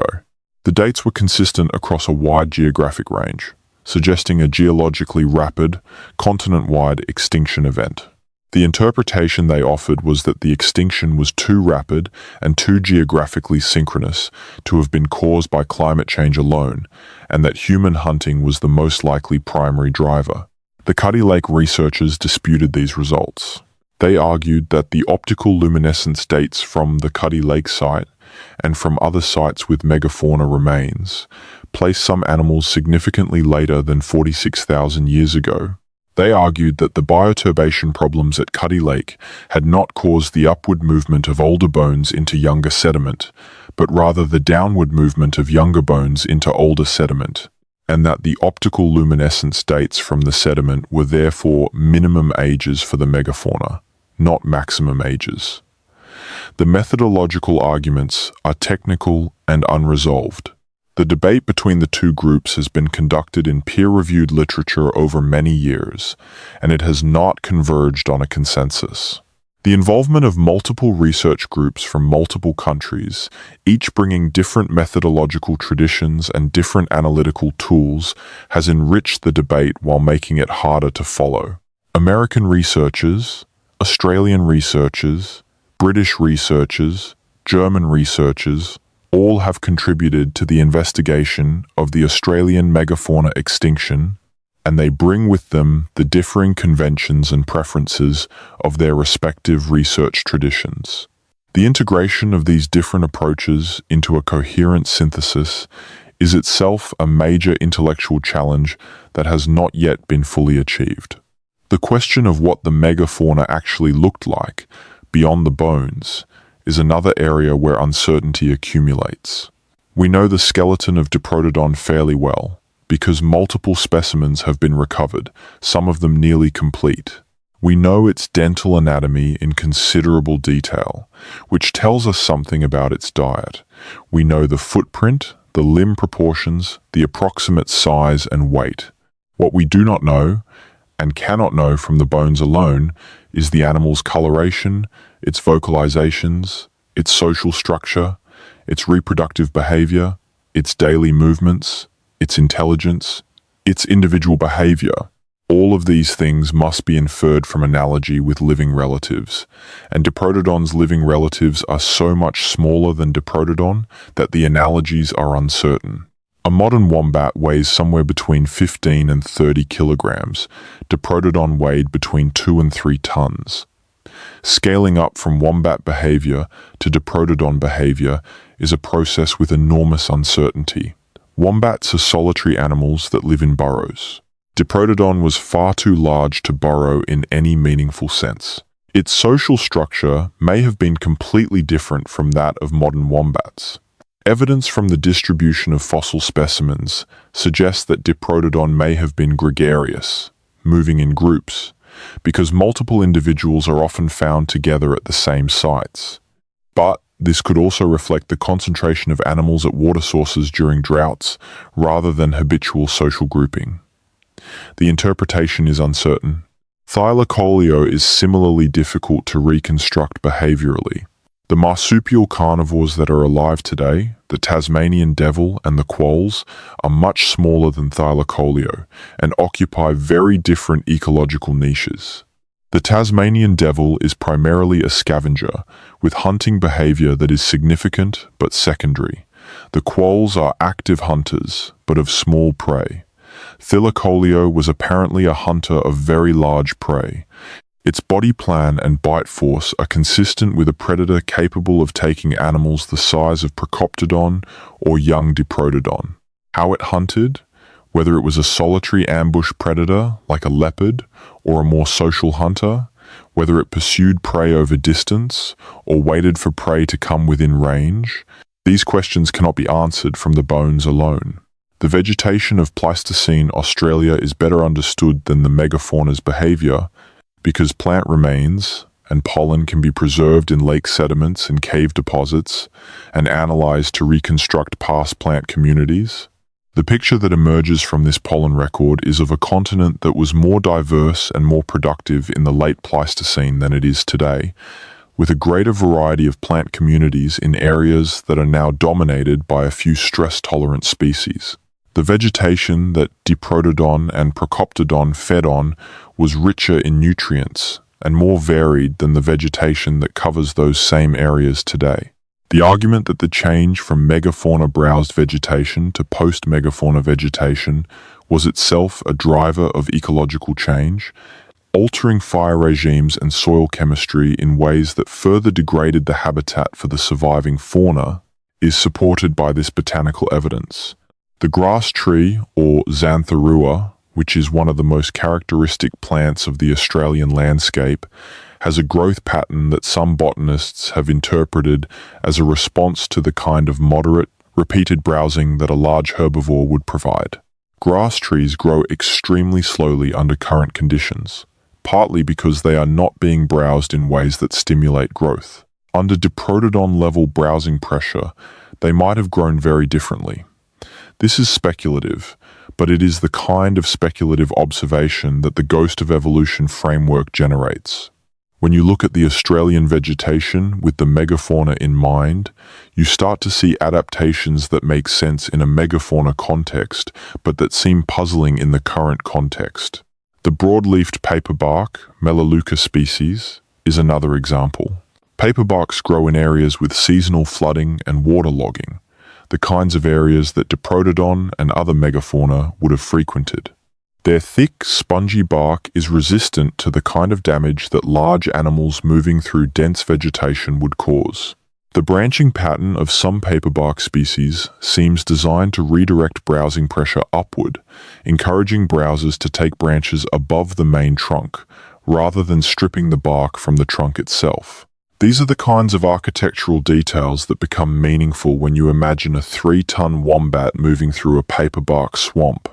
The floral ecology of the Australian continent is, in many respects, still calibrated to a megafauna that no longer exists. The plants evolved their current forms in a world that included the megafauna, and they have not had 40,000 years to evolve new forms in a world without it. 40,000 years sounds like a long time in human terms. In evolutionary terms, it is not. The plants are still, in their architecture, their seed sizes, their bark structures, their thorns and toxins, responding to ecological pressures that have not existed for 40,000 years. They will eventually evolve different forms in response to the current ecological context, but that evolution will take millions of years, not thousands. In the meantime, the vegetation of Australia is a museum of adaptations for a world that is gone. The soil record of the Australian megafauna is another dimension of the story that is still being investigated. Large animals modify soil in specific ways. They compact it with their weight. They turn it with their feet. They fertilize it with their waste. They aerate it with their digging and wallowing. The removal of large animals from a landscape changes the soil chemistry, the soil structure, and the soil biological community. These changes, can persist for very long periods. Researchers studying soil profiles from areas of Australia where megafauna were once abundant have found evidence of soil chemical signatures, particularly in the distribution of certain phosphorus compounds and the carbon-nitrogen ratio of the soil organic matter, that are consistent with the historical presence and absence of large herbivores. The soil remembers the megafauna in ways that the surface vegetation does not always make visible. The water management of the Australian interior is also connected to the megafauna in ways that are only beginning to be understood. Large herbivores in arid environments often create and maintain water sources through their digging behavior. Wombats, for example, dig burrows that can intercept groundwater and create small, wet areas in otherwise dry landscapes. Diprotodon, at 3 tons, would have had a dramatically greater capacity to modify water availability through its physical activity.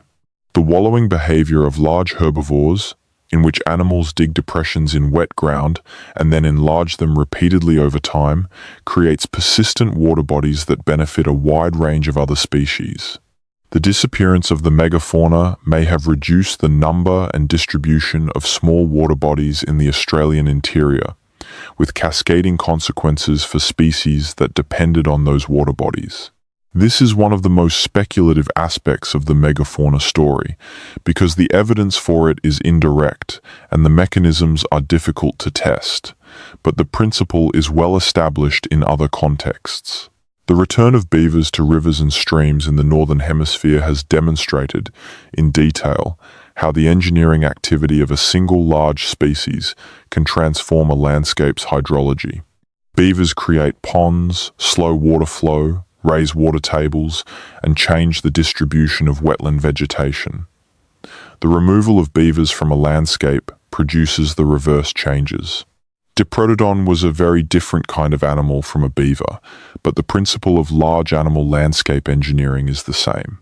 An animal that moves slowly through wet ground and disturbs the soil with its weight and its feeding behavior is an ecological engineer even if it does not build dams. The term ecological engineer was first used in the scientific literature in the 1990s to describe animals that create or modify habitats in ways that benefit other species. Elephants are the canonical example because their impact on African landscapes is large enough and well documented enough to demonstrate the principle clearly. Elephants knock down trees, creating open grasslands from dense woodland. They dig for water in dry riverbeds, creating water sources that benefit dozens of other species. They disperse seeds over large distances, maintaining the distribution of large fruited plants that other seed dispersers cannot service. The removal of elephants from a landscape changes that landscape profoundly and rapidly. The effects are visible within years, not centuries. Diprotodon was Australia's elephant, in the ecological engineer sense. It was the largest herbivore in a landscape that evolved with its presence. Its removal changed the landscape in ways that are still visible in the soil, the vegetation, and the distribution of water. The landscape that Aboriginal Australians inherited after the megafauna died was a landscape that had been fundamentally altered by the loss of its primary ecological engineers. The fire management practices that Aboriginal Australians developed in response to that landscape were, in part, an attempt to maintain some of the ecological functions that the megafauna had previously performed. The mosaic burning that created open grasslands and maintained diverse habitat patches was doing with fire some of what Diprotodon had previously done with browsing. The insight implicit in that management practice, that the landscape needs active maintenance to maintain its productivity and diversity, may reflect a deep cultural knowledge of what the landscape was like before and what it requires to remain functional in the absence of the megafauna. This is a hypothesis, not a documented fact. There is no direct evidence that Aboriginal Australians developed their fire management practices as a conscious response to the loss of the megafauna. The cultural memory of the megafauna, if it exists in Aboriginal oral traditions, is embedded in mythological frameworks that do not map straightforwardly onto ecological management prescriptions. But the temporal coincidence is striking. Aboriginal Australians were developing and refining their fire management practices during the same period in which the megafauna was disappearing.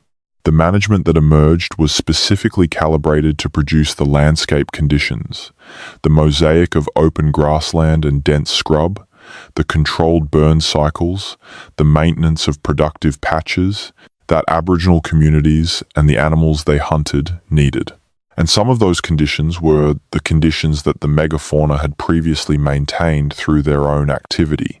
The deep ecological knowledge embedded in Aboriginal fire management is only now being recognized by Western land management agencies as genuinely sophisticated and ecologically grounded. Decades of suppression of Aboriginal burning practices in favor of the complete fire suppression that characterized European land management in the 20th century produced landscapes that were more vulnerable to catastrophic wildfire, less diverse in their vegetation, and less productive for the native fauna that Aboriginal communities depended on. The return to traditional burning practices that is occurring in parts of Australia is producing measurable ecological benefits, including the recovery of some threatened species, the reduction of catastrophic fire risk, and the improvement of soil and vegetation condition. These outcomes are consistent with what Aboriginal communities knew from their own experience, confirmed by Western scientific monitoring. The political and legal dimensions of the megafauna debate are not always made explicit, but they are present. The question of whether humans were primarily responsible for the megafauna extinction has implications for how we think about Aboriginal Australians and about the relationship between Indigenous peoples and the natural environments they have inhabited for tens of thousands of years.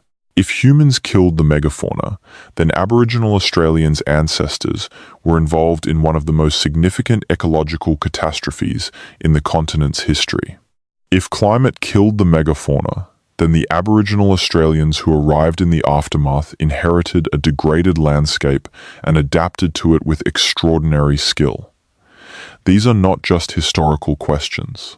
They are questions about identity, responsibility, and the meaning of the relationship between people and the places they inhabit. Aboriginal Australians themselves have engaged with this question in different ways. Some communities emphasize the role of the dreaming, the foundational narrative framework of Aboriginal cosmology, in accounting for the existence and disappearance of the megafauna. In some traditions, the megafauna are ancestral beings whose forms are memorialized in the landscape, in rock formations, in place names, and in ceremonial practice. In these frameworks, the extinction of the megafauna is not a historical event caused by human action or climate change. It is a transformation, a change in the mode of existence of beings that were and continue to be spiritually present in the country. This is not a scientifically testable claim, but it reflects a relationship with the past that is as real as the paleontological record, though it operates in a different register. The interface between Aboriginal cosmological accounts of the megafauna and Western scientific accounts is genuinely complex, and the complexity is productive rather than merely frustrating. The Aboriginal accounts often contain precise ecological observations embedded in narrative form. The behavior of animals, the characteristics of landscapes, the timing of seasons, the relationships between species, all of these are encoded in story in ways that have preserved accurate ecological information across tens of thousands of years. The challenge is to read that information without reducing it to data, without stripping it of the relational context that makes it meaningful within its own framework, while still extracting the ecological content that is relevant to the scientific investigation. Researchers who have attempted to work in this way have produced some genuinely surprising results.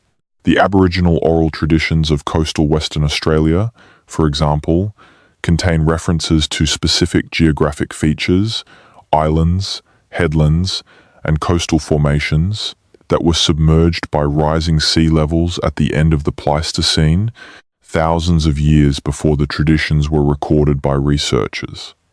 The traditions describe these features in enough detail to allow researchers to identify them in the offshore bathymetric record. The accuracy of the geographic information in these traditions, preserved across thousands of years and through the complete transformation of the coastline, demonstrates the extraordinary fidelity of Aboriginal oral transmission. If geographic information can be preserved with that kind of accuracy, so, potentially, can ecological information. The application of this principle to the megafauna question is speculative, but not unreasonable. If Aboriginal oral traditions contain accurate information about coastal geography from 10,000 years ago, they might contain accurate information about the behavior, distribution, and disappearance of megafauna from 40,000 years ago. The traditions would be encoded in mythological rather than descriptive form, and decoding them would require the kind of collaborative, interpretive work that Western researchers are not always equipped to do alone. But the potential is there, and some researchers are beginning to explore it. The Dreamtime stories of the bunyip, the enormous water-dwelling creature of Aboriginal tradition, have been connected by some researchers to the memory of Diprotodon or similar large megafauna. The bunyip is described variously as a large, dark animal with a loud cry that frequents water bodies. The description is consistent with what a large, hippopotamus-like animal moving through a lake or swamp might look like from a distance, and the characteristic association of the bunyip with specific water bodies, some of which are near sites with abundant Diprotodon remains, is suggestive. This is not evidence in the scientific sense, but it is consistent evidence, and it points toward the possibility that Aboriginal oral traditions preserve a memory of the megafauna that is older than any other cultural record of these animals in the world. The mihirung, a giant bird of some Aboriginal traditions, may similarly preserve a memory of Genyornis newtoni or another large flightless bird. The description of the mihirung as an enormous, flightless bird associated with open grasslands matches the reconstructed ecology of Genyornis. Again, this is not scientific evidence, but it is the kind of cultural memory that, if it can be properly decoded in collaboration with the knowledge holders who carry it, might contribute to a more complete understanding of what the megafauna was and how it was experienced by the people who lived alongside it in its final centuries. The living record of Australian mammals, the species that survived the Pleistocene extinction, are also part of the megafauna story. They survived not by being small or unimportant, but by having specific characteristics that gave them some resilience against whatever pressures killed the megafauna. The red kangaroo is large by the standards of modern marsupials, but it is a dietary generalist that can shift its food preferences in response to changing vegetation. It is fast, capable of sustained high-speed movement that would have made it difficult to hunt without sophisticated weapons and tactics. It reproduces relatively quickly by marsupial standards, allowing populations to recover from mortality events faster than the giant species could. And it is drought-tolerant in ways that the megafauna probably was not able to reduce its metabolic demands during dry periods and to move long distances in search of food and water. The wombat is a survivor too, though not a large one by megafauna standards. Modern wombats weigh up to 35 kilograms. They survived the Pleistocene extinction while Diprotodon did not. The common wombat and its relatives are burrowers, which gives them a thermal refuge during extreme heat and drought that the megafauna, too large to burrow, did not have. They are dietary generalists. They reproduce slowly, but not as slowly as the megafauna. They are difficult to hunt in their burrows. Whatever pressures eliminated Diprotodon, the smaller wombats had characteristics that allowed some of their population to survive. The echidna is another survivor. The short-beaked echidna is one of the most widespread and adaptable native mammals in Australia. It survives in habitats ranging from arid desert to subalpine zones. It is an omnivore that eats insects, worms, and other small invertebrates. It is not dependent on any specific vegetation type. It rolls into a tight ball when threatened, making it difficult to eat without sophisticated preparation. And it is broadly distributed enough that hunting pressure in one area does not threaten the species as a whole. The short-beaked echidna is, in short, the opposite of Diprotodon in almost every relevant characteristic, and it is still here. The platypus is another survivor, one of the most extraordinary animals on Earth. The platypus is semi-aquatic, which gives it a refuge from both predation and drought that the terrestrial megafauna did not have. It is small enough that its caloric needs are modest. It is cryptic in its coloration and behavior, spending much of its time in water where large terrestrial predators cannot easily follow. It lays eggs, which means that its young are not carried as vulnerable pouch young in the way that marsupial young are. The platypus has been in essentially its current form for an extraordinarily long time, and it survived the Pleistocene extinction and the subsequent changes to Australian rivers from European colonization and the introduction of predators and the pollution of waterways and all of the other pressures that the Australian environment has thrown at it. The platypus is a survivor in the most complete sense. The crocodile is the apex survivor among Australian reptiles. The saltwater crocodile and the freshwater crocodile are both doing reasonably well by the standards of large reptiles in the modern world. The saltwater crocodile, which is the largest living reptile, survived the end of the Pleistocene, survived the arrival of humans, survived the arrival of Europeans and their shotguns and their hides trade, and is now expanding its range in northern Australia under the protection of laws passed in the 1970s. The crocodile is, in many ways, the ghost of the megafauna-era predator community. It is an ambush predator. It is large enough to take a human. It is ecologically important in the river systems it inhabits. And it is the only animal in mainland Australia that routinely kills and eats adult humans, which gives it a psychological weight in the Australian imagination that nothing else in the native fauna quite matches. The survival of the crocodile, while Megalania and Thylacoleo and Quincana all went extinct, raises interesting questions about what it takes to survive a megafauna extinction event. The crocodile is semi-aquatic. Its core habitat is water, which provided some protection against the landscape changes that may have driven terrestrial megafauna to extinction. It is dietary generalist, eating anything it can catch, from fish to birds to mammals to other reptiles. It does not depend on any specific prey species or any specific vegetation type, and it is deeply cryptic, spending most of its time submerged or motionless at the water's edge in a posture that makes it very difficult to see. An ambush predator that is invisible until the moment of attack is a very difficult target for human hunters. The water is where the crocodile survived. The water is where many of the animals that survived the Pleistocene extinction found their refuge. The platypus is aquatic. The freshwater turtles survived. The freshwater fish survived. The aquatic invertebrates survived. The common thread is the water, which provided a different set of ecological conditions from the terrestrial habitats that the megafauna depended on, and which may have buffered the aquatic species against both the climate changes and the hunting pressures that eliminated the large terrestrial fauna. The post-colonial extinctions of Australian native species add another layer to the story. In the roughly 250 years since European colonisation of Australia, the continent has suffered additional losses that exceed those of most other countries over comparable periods. The mammals have been particularly hard hit. Approximately 30 native mammal species have gone extinct in Australia since European settlement, representing the highest rate of mammal extinction of any country in the world over this period.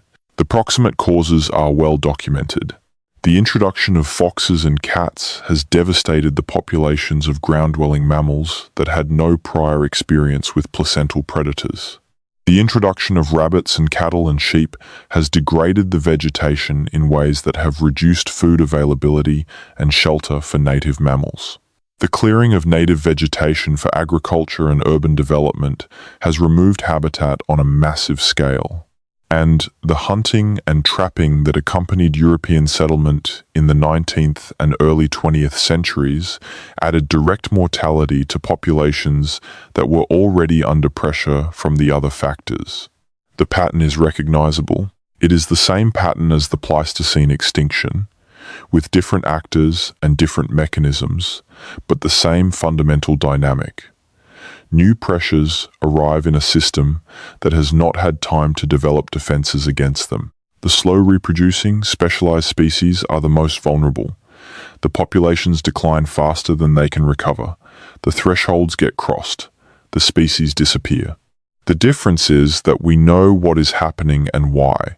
We have the tools, the knowledge, the institutions, and the legal frameworks to intervene. Whether we will is a different question. The rate of native mammal extinction in Australia has not declined since European settlement. It has continued at roughly the same rate, with brief exceptions during periods of particularly intensive conservation effort.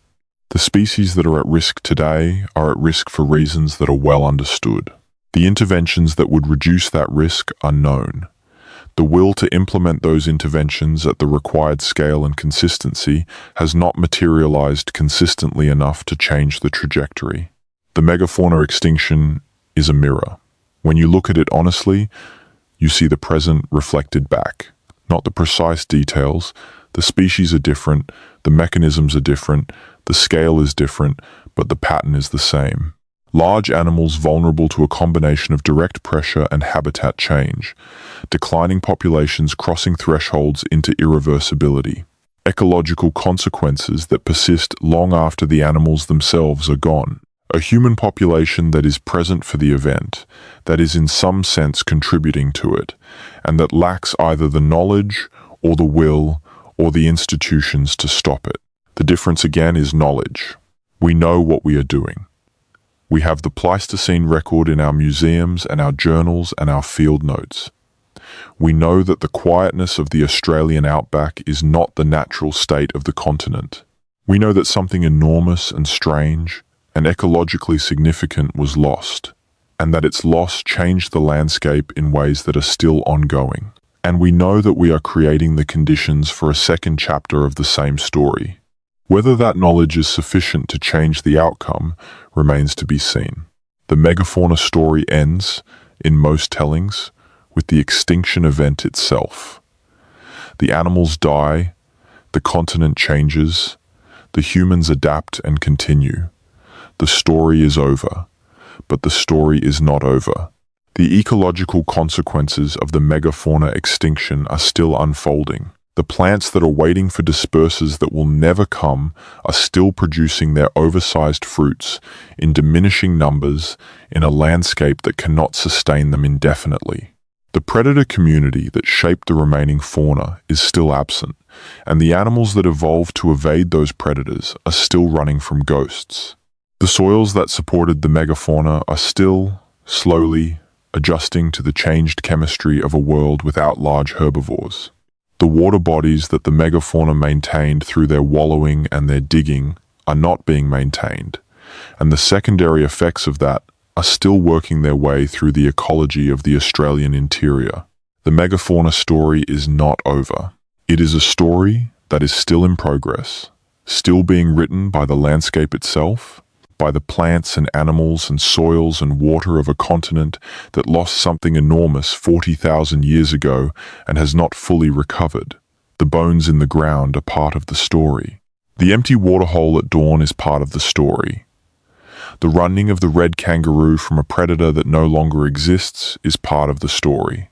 And the debate in the scientific literature, the contested dates and the contested interpretations and the methodological arguments and the competing hypotheses is part of the story. The story does not have an ending because the ecological consequences of the extinction do not have an ending on any timescale accessible to human experience. What the story has, instead of an ending, is a question. The question that has been asked since the first diprotodon bone was pulled from the first Australian lakebed in the 19th century. What happened? What killed the giants? And the question is asked not just about the past, but about the present. What is happening? What are we doing to the animals that are still alive? The question is the same question, applied to two different moments, and the continuity between those moments is real. The pattern that appears in the fossil record also appears in the conservation reports. The trajectory that ends in the Lake Callabonna deathbed also appears in the decline curves of the bilby and the numbat and the quoll. The question demands an answer. The answer requires evidence and patience, and the willingness to sit with uncertainty while the investigation continues.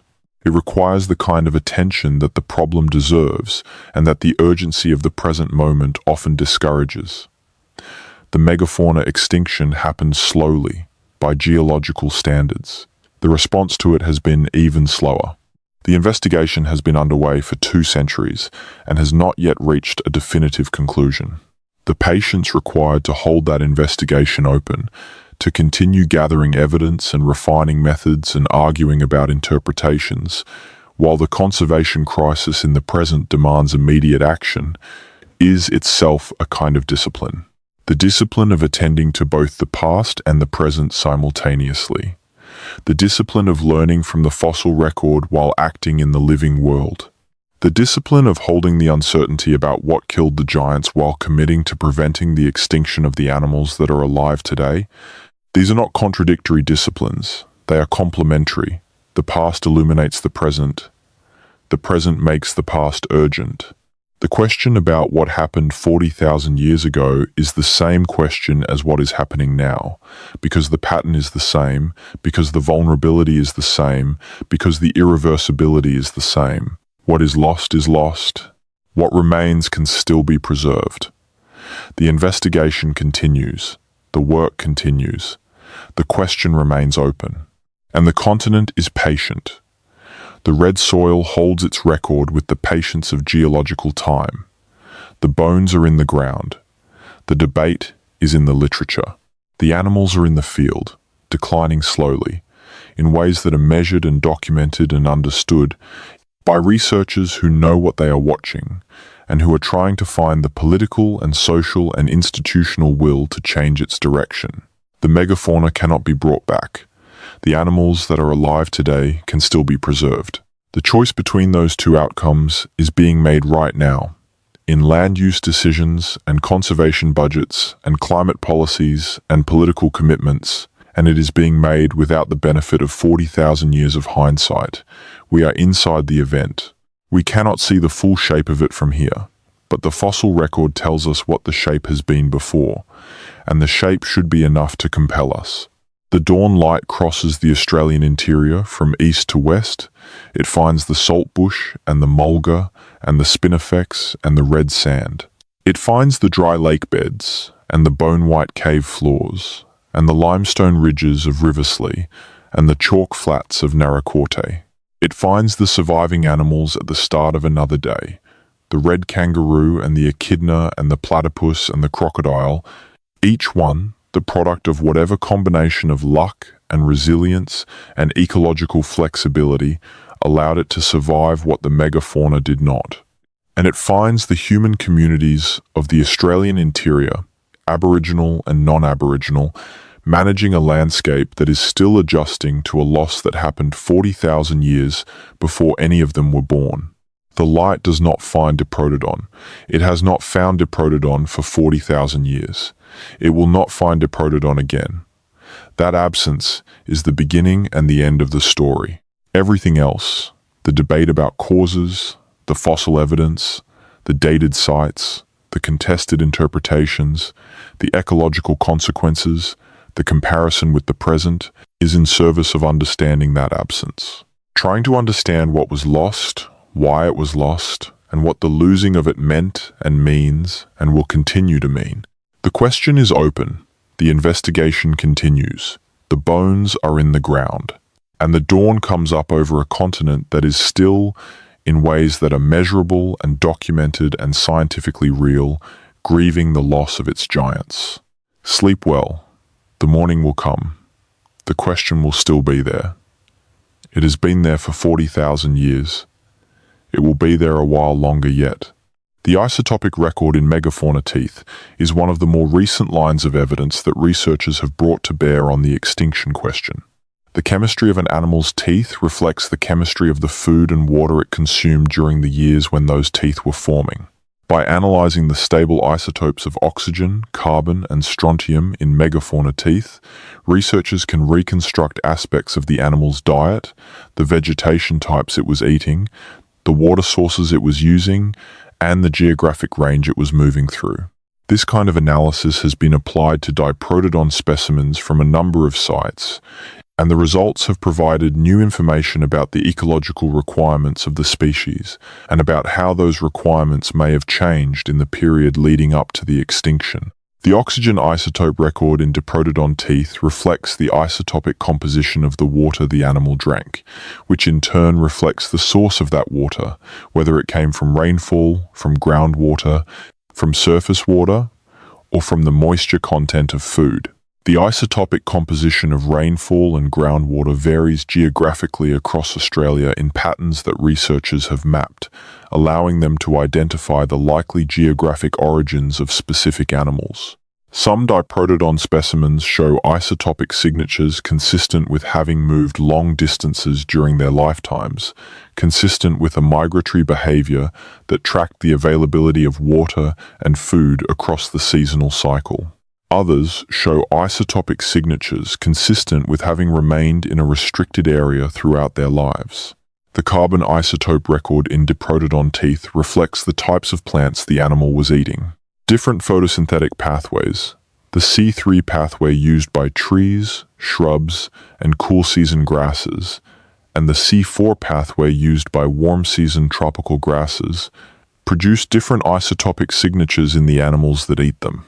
A diprotodon that was eating primarily C3 shrubland vegetation has a different carbon isotope signature from a diprotodon that was eating primarily C4 grasses. By tracking these signatures across different specimens and different time periods, researchers can reconstruct changes in the diet of the species over time, which reflects changes in the vegetation that was available to them. The isotopic evidence from diprotodon teeth suggests that in the period leading up to the extinction, some populations of diprotodon were eating increasingly C4, rich diets, consistent with a shift toward grassland vegetation as the shrublands they preferred contracted with increasing aridity. This dietary shift is consistent with the climate stress hypothesis. Animals under environmental pressure tend to expand their dietary range, eating foods that they would prefer not to eat when their preferred foods are unavailable. A diprotodon that is eating more grass than shrub is a diprotodon that is under nutritional stress, operating outside its optimal dietary range, potentially reproducing at reduced rates, and in all likelihood already on a declining population trajectory. If human hunters encountered diprotodon populations that were already in this stressed state, the additional mortality of hunting would have been more likely to push the populations below replacement rate than it would have been if the populations were healthy and well nourished. This is the synergistic hypothesis in its most specific form. Not just climate change and hunting together, but climate change affecting the diet and the health of the megafauna, and that dietary stress and health decline making the populations more vulnerable to the additional mortality imposed by hunting. The isotopic evidence does not prove this mechanism, but it is consistent with it, and it adds a layer of mechanistic detail to the synergistic hypothesis that is more satisfying than the general statement that two forces combined to cause the extinction. The strontium isotope record in megafauna teeth provides yet another line of evidence. Strontium isotopes in teeth reflect the geological substrate of the landscape where the animal was living when those teeth were forming. Different rock types have different strontium isotope ratios, and animals living on those rock types incorporate those ratios into their bones and teeth. By comparing the strontium isotope ratios in megafauna teeth to the known strontium isotope map of Australia, researchers can identify where specific individual animals spent their early years before the teeth were fully formed. This information can be combined with the other isotopic data to reconstruct the movement patterns of individual animals over their lifetimes, and those movement patterns reveal something about the ecological flexibility of the species. Diprotodon individuals with strontium signatures that suggest they were born in one geological region and died in another were movers. They were animals that traveled across the landscape, potentially following seasonal resources, potentially tracking water availability across a dry season. Individuals with strontium signatures consistent with having stayed in one area their entire lives were residents. The presence of both movers and residents in the megafauna populations suggests a population structure with behavioral diversity, which is exactly what you would expect from a large, ecologically flexible species, managing resources across a heterogeneous landscape. The isotopic methods are not perfect. They require careful calibration.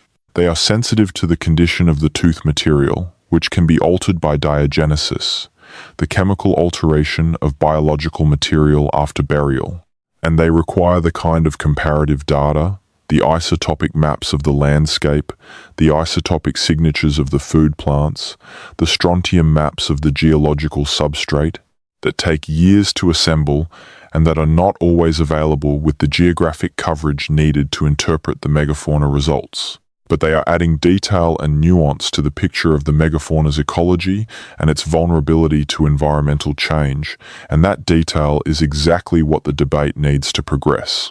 The investigation of the megafauna extinction is, in the end, a model of how science works on difficult problems. The problem is hard, the evidence is fragmentary, the methods are imperfect, the interpretations are contested, the debate is ongoing.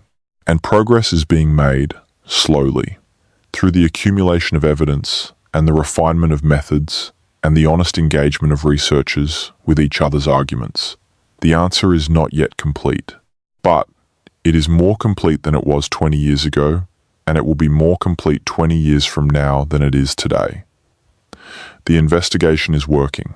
The giants of Australia are worth understanding, not just as a historical curiosity, but as a window into the deep history of a continent and a warning about the consequences of large animal loss. The investigation of what happened to them is one of the most important ongoing projects in Australian natural history.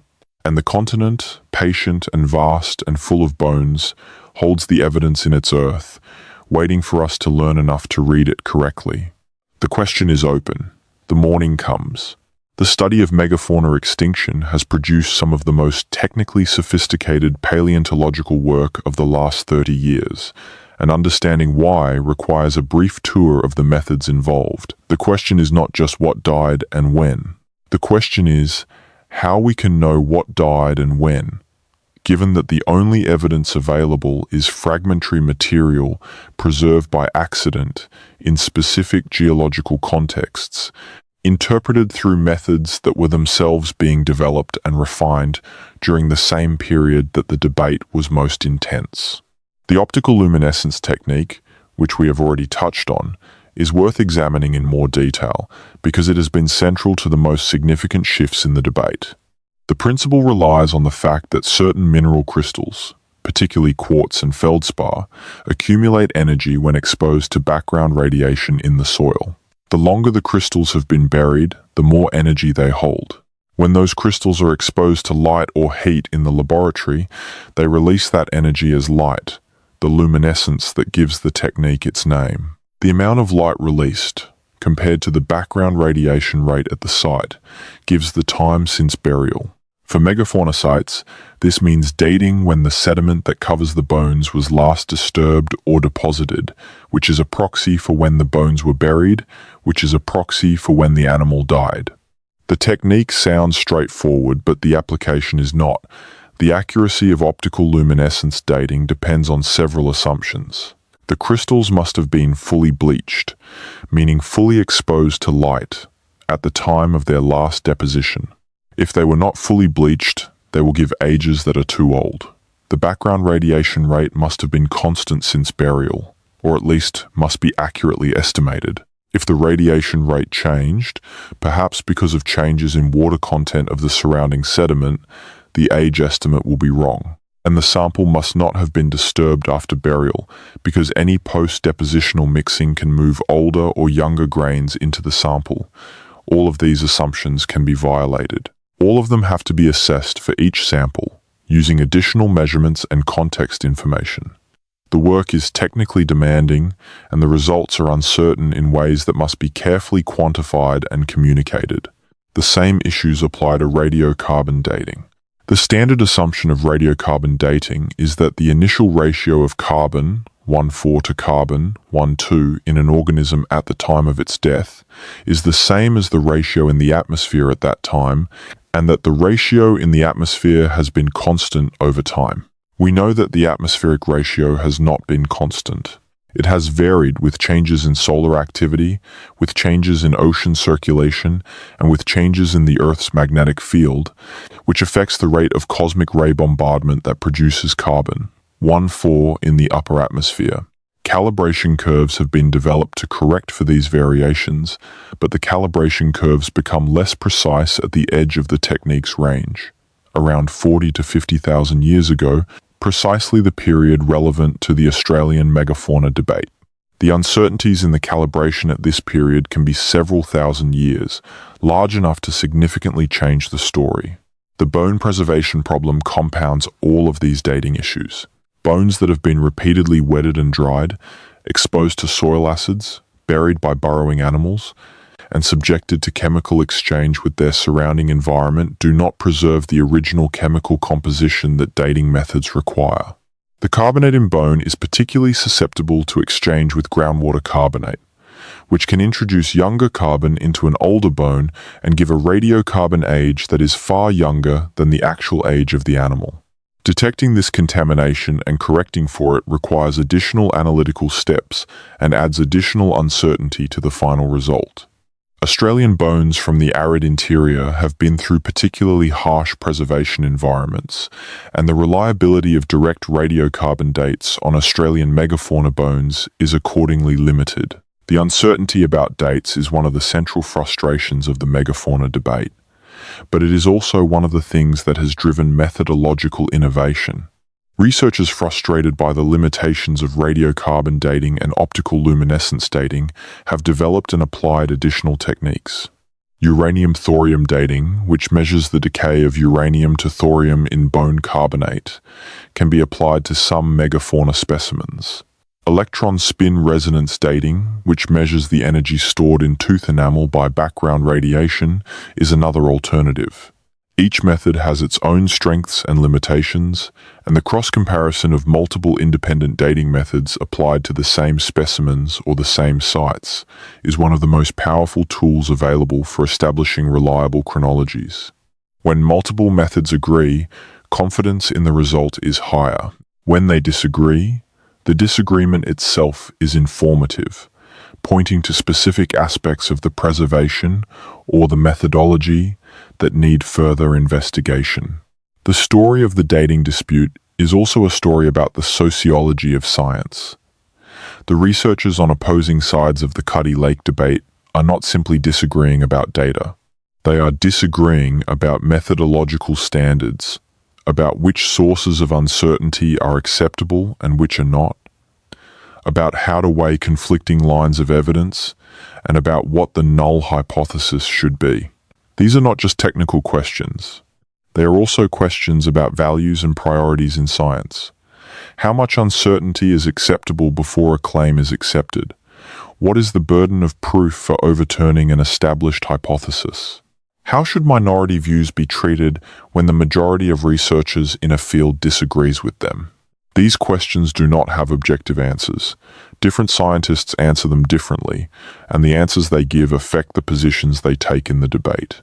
The majority view among researchers who work specifically on the Australian megafauna extinction, as of the most recent comprehensive reviews, is that human arrival was the primary driver of the extinction, with climate change playing a secondary role.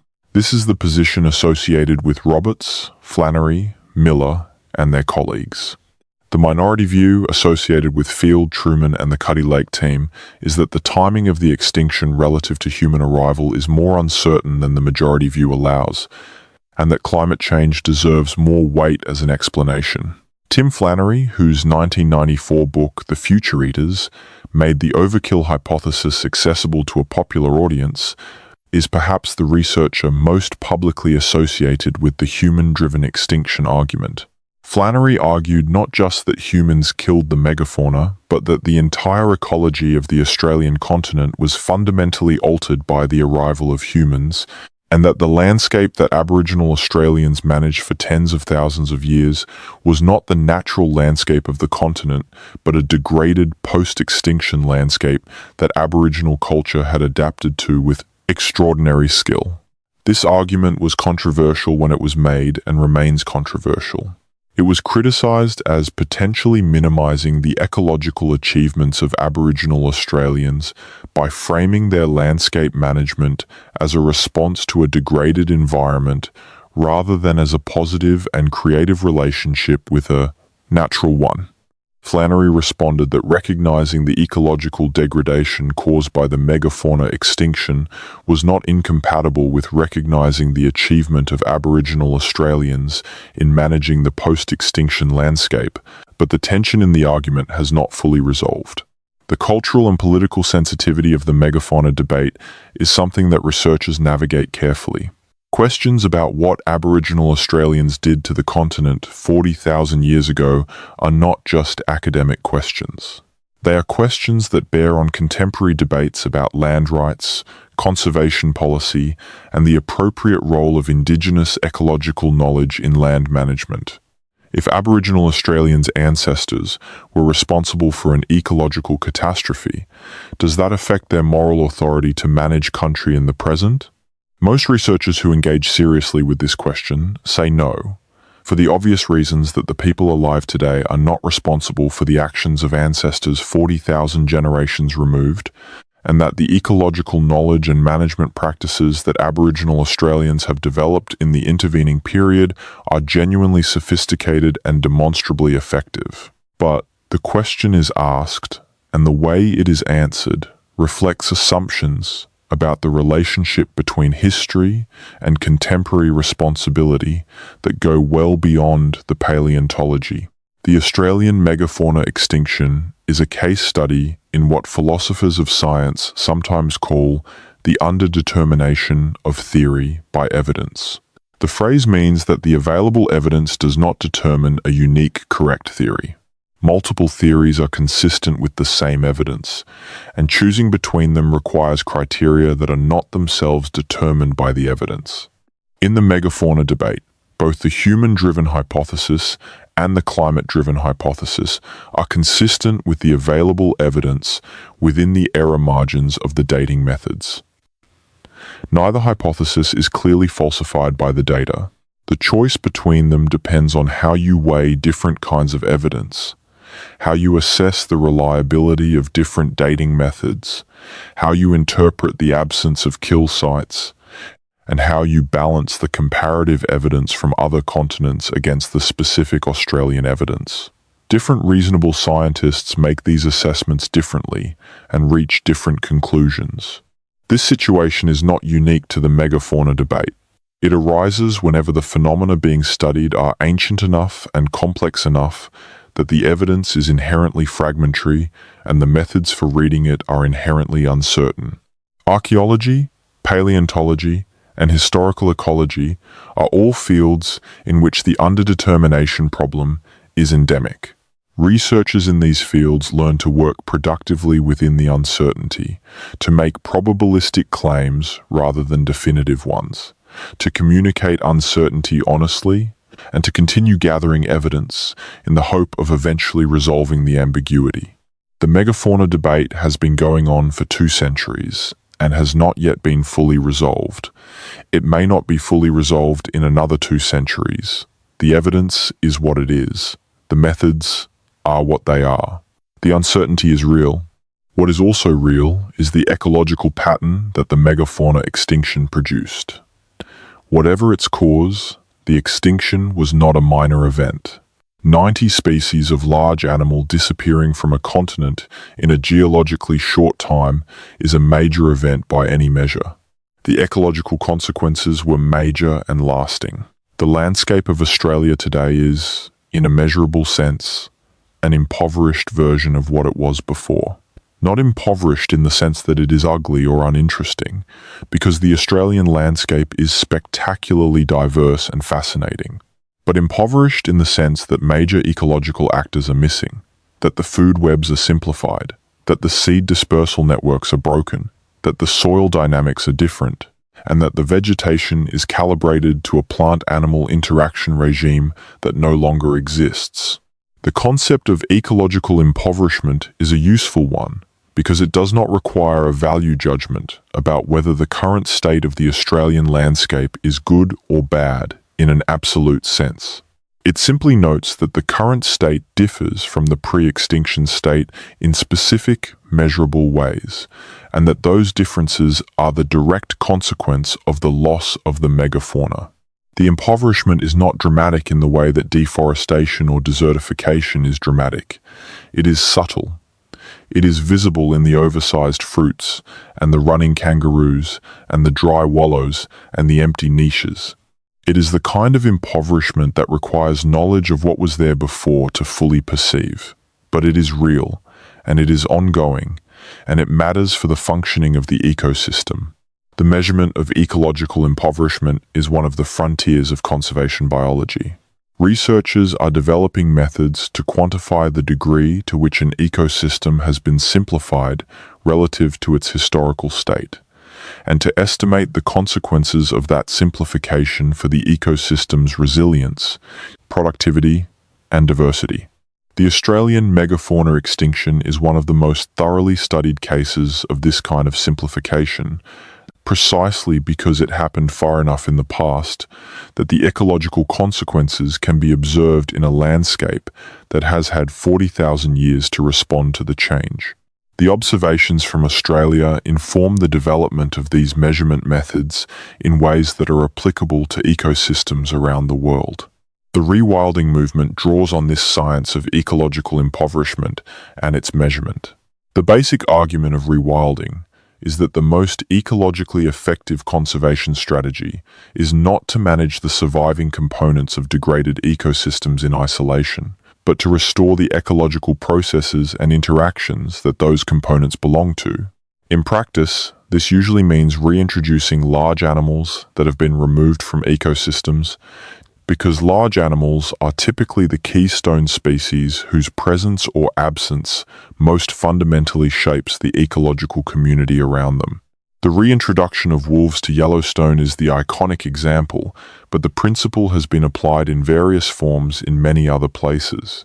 In Australia, the rewilding movement is still in its early stages, partly because the appropriate target species for reintroduction are either extinct, as in the case of the megafauna, or still surviving in small populations that are themselves at risk, as in the case of the quoll and the bilby. The fenced reserve approach, that is currently the most common form of conservation intervention in Australia for small and medium marsupials, is a form of rewilding in miniature. Inside the fences, which exclude foxes and cats, the native species are reintroduced and allowed to establish populations without the predation pressure that has eliminated them from the surrounding landscape. The results inside these reserves have been dramatic. Species that were functionally extinct on the mainland, like the eastern barred bandicoot, have re-established healthy populations inside the reserves.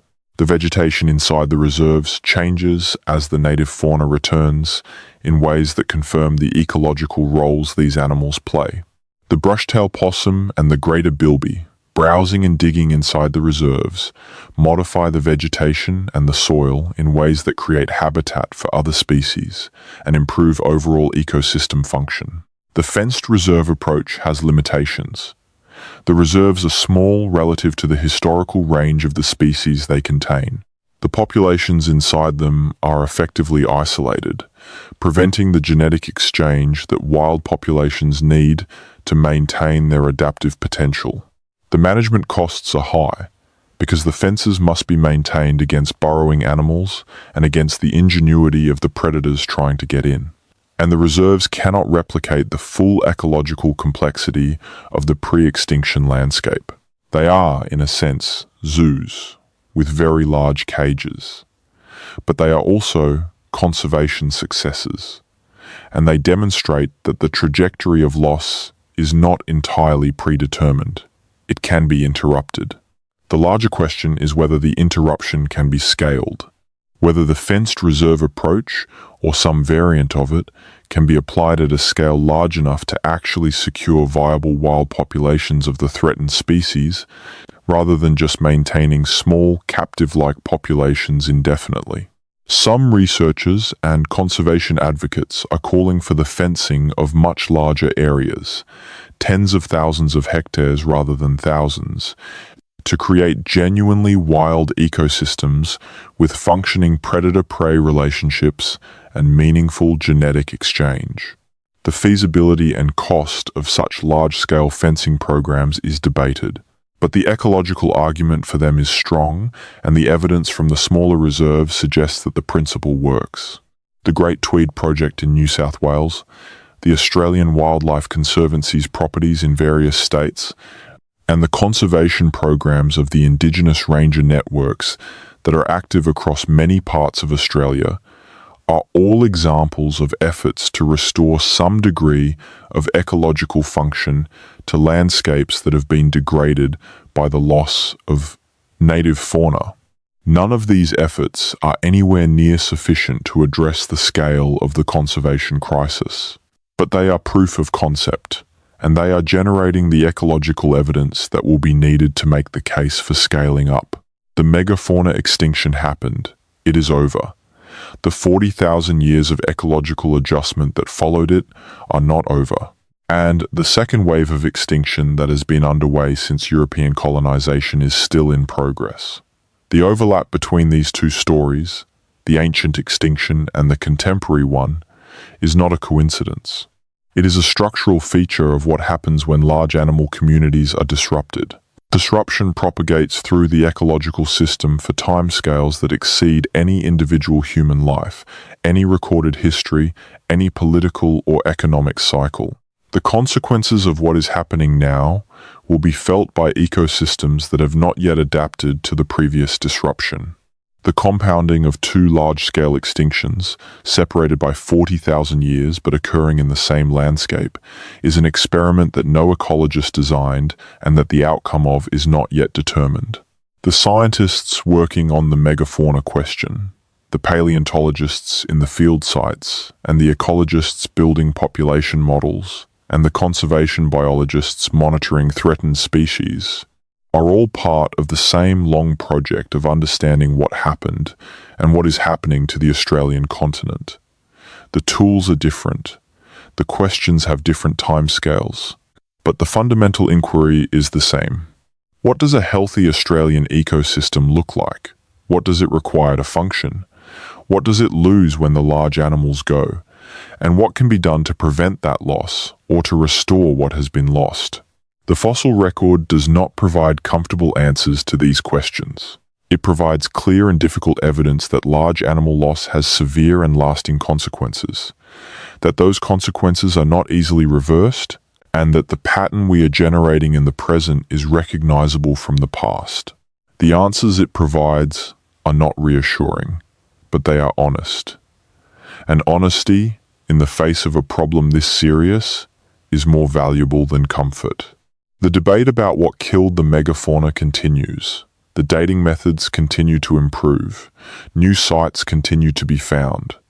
The integration of indigenous knowledge and Western science continues to develop. The conversation about rewilding and ecological restoration continues to grow more sophisticated. And the megafauna themselves, the bones and the tracks and the scorched eggshells and the oversized fruits and the running kangaroos, continue to be present in the landscape, in the museums, in the field sites, in the scientific literature. The evidence is not going away, the question is not going away, the investigation is ongoing. The Australian interior holds its silence. The dawn finds the saltbush and the sand. The bones in the ground do not speak, but they carry information, and people are learning to read it. The reading is slow.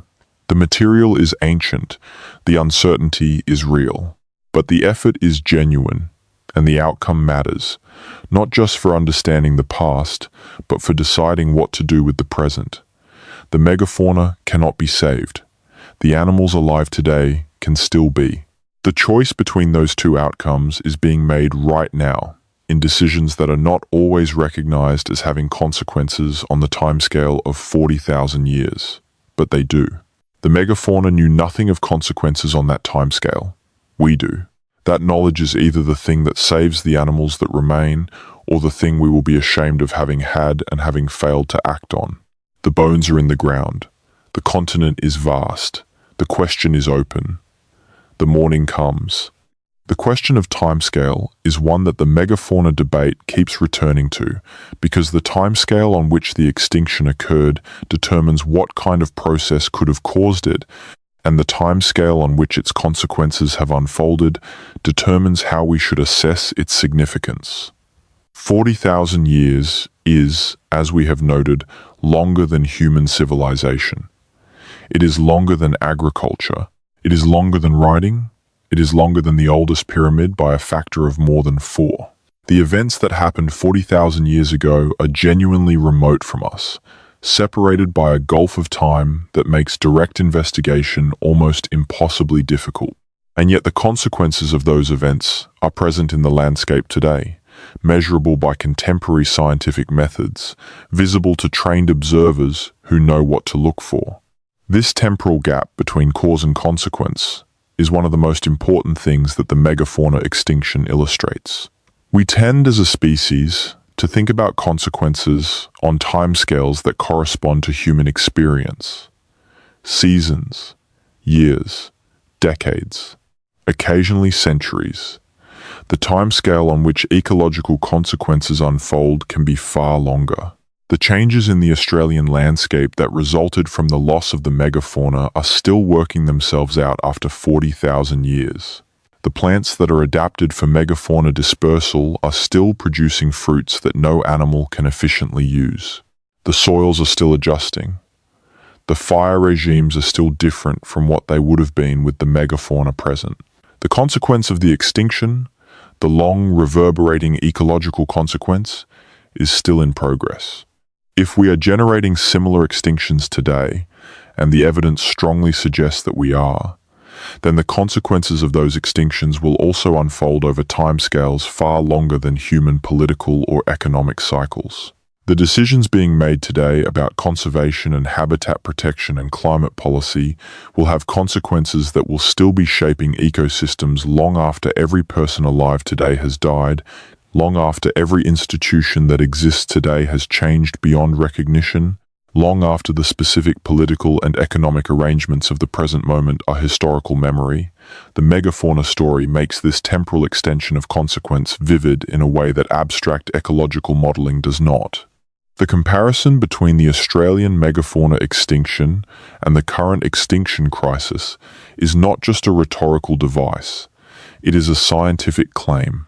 The claim is that the processes driving the current extinction, large animal vulnerability, slow reproduction rates, the combination of habitat change, and direct human pressure are the same processes that drove the Pleistocene extinction, and that the consequences of the current extinction will be comparable in scale and duration to the consequences of the Pleistocene event. This is a testable claim, in principle. The predicted consequences of large animal loss in current ecosystems, changes in vegetation, soil, hydrology, fire regime, and the survival of dependent species, match the observed consequences of the Pleistocene extinction. The causal mechanism is the same. The ecological logic is the same. The conclusion that the current extinction will produce consequences similar to those of the Pleistocene extinction follows from those premises. The Pleistocene extinction was not reversed. The megafauna did not come back. The landscape did not return to its pre-extinction state. The ecological community that developed in the post-extinction period was adapted to the absence of the megafauna, and that community has been the baseline against which subsequent changes have been measured. A similar permanent restructuring of ecosystems seems likely to follow from the current extinction crisis. The animals that are lost will not return. The ecological roles they played will be unfilled or imperfectly filled by other species. The communities that remain will reorganize around their absence, and the baseline against which future generations measure the natural world will be different from the baseline against which the current generation measures it, just as the post-megafauna baseline was different from the pre-megafauna baseline. The shifting baseline problem is one of the most significant challenges in conservation biology. Each generation of observers tends to take the natural world as they find it as the baseline against which change is measured.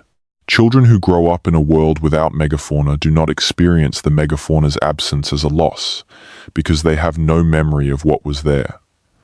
The baseline has shifted. The children of the future will similarly take the world as they find it as the baseline. If the quoll and the bilby and the numbat are gone by the time those children are born, their loss will not be experienced as a loss, but as an absence that has always been. The emotional and ecological significance of the loss will be invisible to those who did not know what was there before. This is why the paleontological record matters for the present. It resists the shifting baseline. It tells us what was here before any living human's memory. It establishes a deeper baseline against which current conditions can be measured, and it reveals, with the clarity that only the passage of time can provide, what the consequences of large animal loss actually look like when given 40,000 years to develop. The paleontological record is the counterweight to the shifting baseline. It says, this is what was here. This is what is here now. The difference is real, and it is measurable, and it has consequences that will outlast everything that currently exists. The people who study the megafauna, who spend their careers digging up bones and dating sediments and arguing about interpretations in peer-reviewed journals, are doing something that matters beyond the academic conversation. They are maintaining the deeper baseline. They are keeping open the question of what this landscape was, against the pressure of a world that tends to accept what is as what was always meant to be. The paleontologist who pulls a diprotodon bone from a South Australian lake bed is, among other things, reminding the world that the lake bed was once full of water, and that the water was once full of animals, and that the animals were once part of a food web that has been largely dismantled, and that the dismantling happened, and that the consequences of the dismantling are still ongoing. That reminder is a form of ecological conscience. It is not comfortable. It is necessary. The narrative of the megafauna extinction has been told in different ways in different periods of Australian history. In the 19th century, when the bones were first being described by scientists, the story was primarily a scientific one, about the discovery of a remarkable and unexpected fauna. The bones were wondrous. The animals they represented were unlike anything living. The scientists who described them were operating in a tradition of natural history that valued discovery for its own sake, that found the existence of a 3-ton wombat intrinsically fascinating without needing to draw lessons from it. In the 20th century, as ecology developed as a discipline and as the conservation crisis became increasingly visible, the story acquired a different significance. The megafauna extinction began to be seen not just as a historical curiosity, but as a case study in the vulnerability of ecosystems to disruption. The overkill hypothesis, when it was first developed and applied to Australia in the 1970s and 80s, was explicitly framed as a warning. If humans killed the megafauna, they were capable of destroying entire ecological communities, and the fact that they had done so once, even if unknowingly, suggested that they could do so again with full awareness and without being stopped by it. The lesson was explicit. The history was a warning. In the 21st century, the story has acquired additional dimensions. The recognition of the depth of Aboriginal Australian ecological knowledge and the length of Aboriginal Australian occupation of the continent has added a new perspective on the post-extinction landscape. The development of increasingly sophisticated dating and analytical techniques has sharpened the factual debates without resolving them. The growing urgency of the current extinction crisis has made the historical case study feel less like history and more like an ongoing emergency. and the recognition that indigenous knowledge and Western science have complementary strengths that are most powerful when combined has opened new directions for the investigation. All of these dimensions are part of the current story of the megafauna extinction. The story is not simpler than it was in the 19th century. It is much more complex. But complexity, in this case, is a virtue. The more fully we understand what happened 40,000 years ago, the more fully we understand what is happening now. And the more fully we understand what is happening now, the better equipped we are to make different choices than we have been making. The Pleistocene megafauna of Australia is gone. That fact cannot be changed. The ecological consequences of its loss are still unfolding. That process cannot be stopped in any timescale accessible to human action. But the animals that are alive today are not gone yet. The choices that will determine whether they stay alive are being made now. And the megafauna, the enormous, strange, ecologically essential megafauna that walked across the Australian interior for millions of years and then disappeared in a geological moment, have left us the clearest possible evidence of what it means for a landscape to lose its giants. The evidence is in the bones. The evidence is in the soil. The evidence is in the running of the kangaroo and the oversized fruits and the empty waterhole. The evidence is everywhere, for anyone who knows how to look. The scientists are looking. The knowledge holders are looking. The conservation practitioners are looking. The question is whether enough people outside those communities are looking too. Whether the message in the bones is being heard broadly enough, urgently enough, and clearly enough to motivate the changes in behavior that the message demands. The continental interior is patient. The geological record is patient. The bones in the ground will be there whether or not any particular human generation pays attention to them.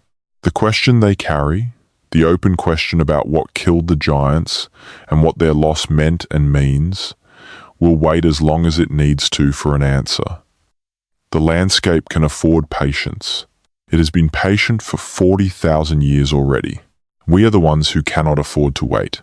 The morning light is coming across the Australian interior, long and flat, finding the spinifex and the red rock and the dry clay pan. It finds the bones in the ground, the diprotodon femur in the lake sediment, the thylacoleo skull on the cave floor. It finds the living animals at the start of another day.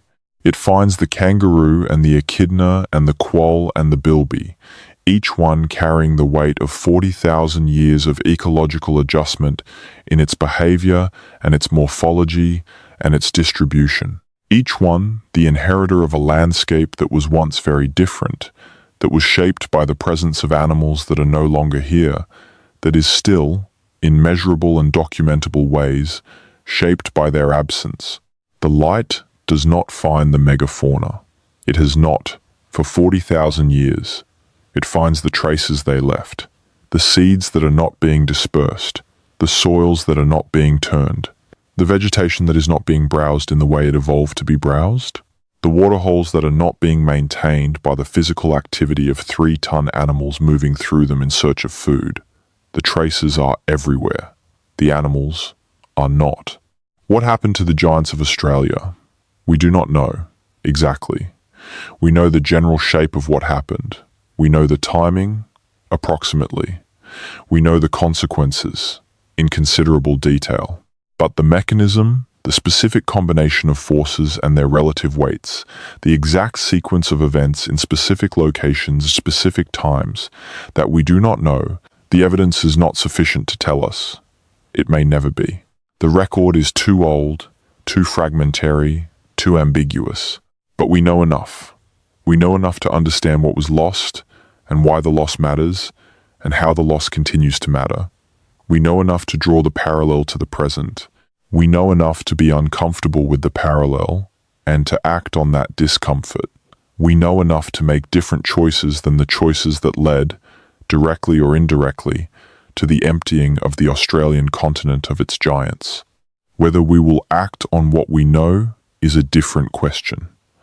It is the same question that has always been the hardest question in conservation biology.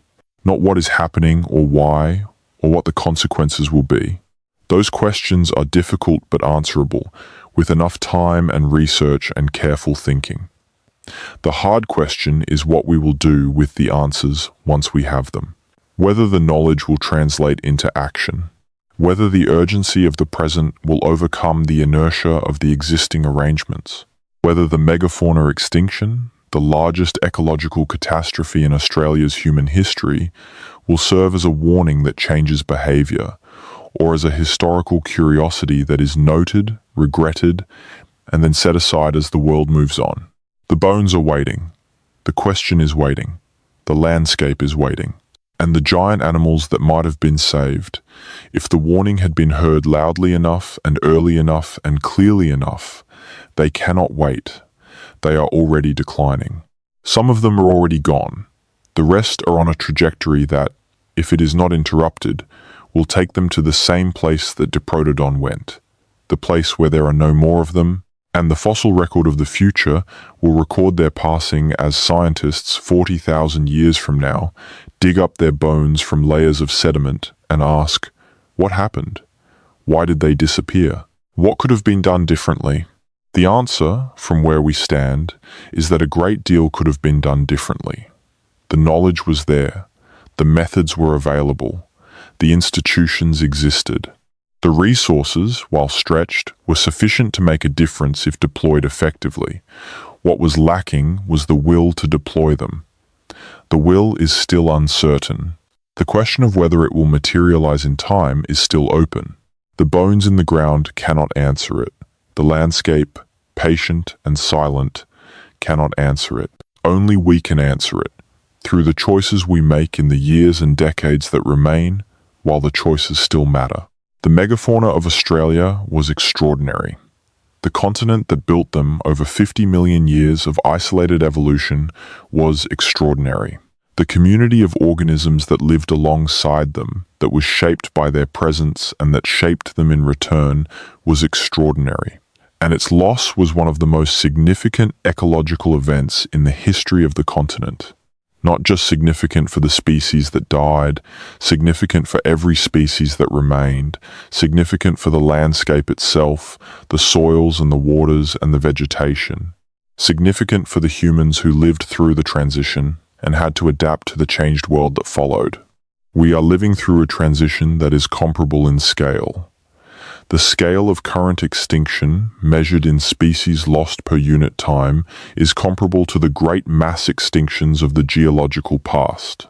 The ecological consequences of what we are generating, measured in trophic cascade effects and soil chemistry changes and vegetation shifts and hydrological alterations, are comparable to the consequences of the Pleistocene megafauna extinction. We are inside the event. We cannot see the full shape of it from here, but the fossil record of 40,000 years ago shows us what the shape can be, and the shape should be enough to compel us to act differently than we have been acting. The dawn breaks over Australia. The light finds the bone in the sediment, patient and still, after 40,000 years. It finds the kangaroo at the water's edge, alert and ready to run from a predator that is no longer there. It finds the bottle tree, producing its large fruit for a disperser that will never come. It finds the empty wallows in the dry lake bed. It finds the living world and the evidence of the lost world side by side in the same landscape under the same sky. What happened to the giants of Australia? We are still finding out. The investigation continues. The question remains open, and the morning comes, as it always has, over a continent that is still adjusting to what it lost. Sleep well.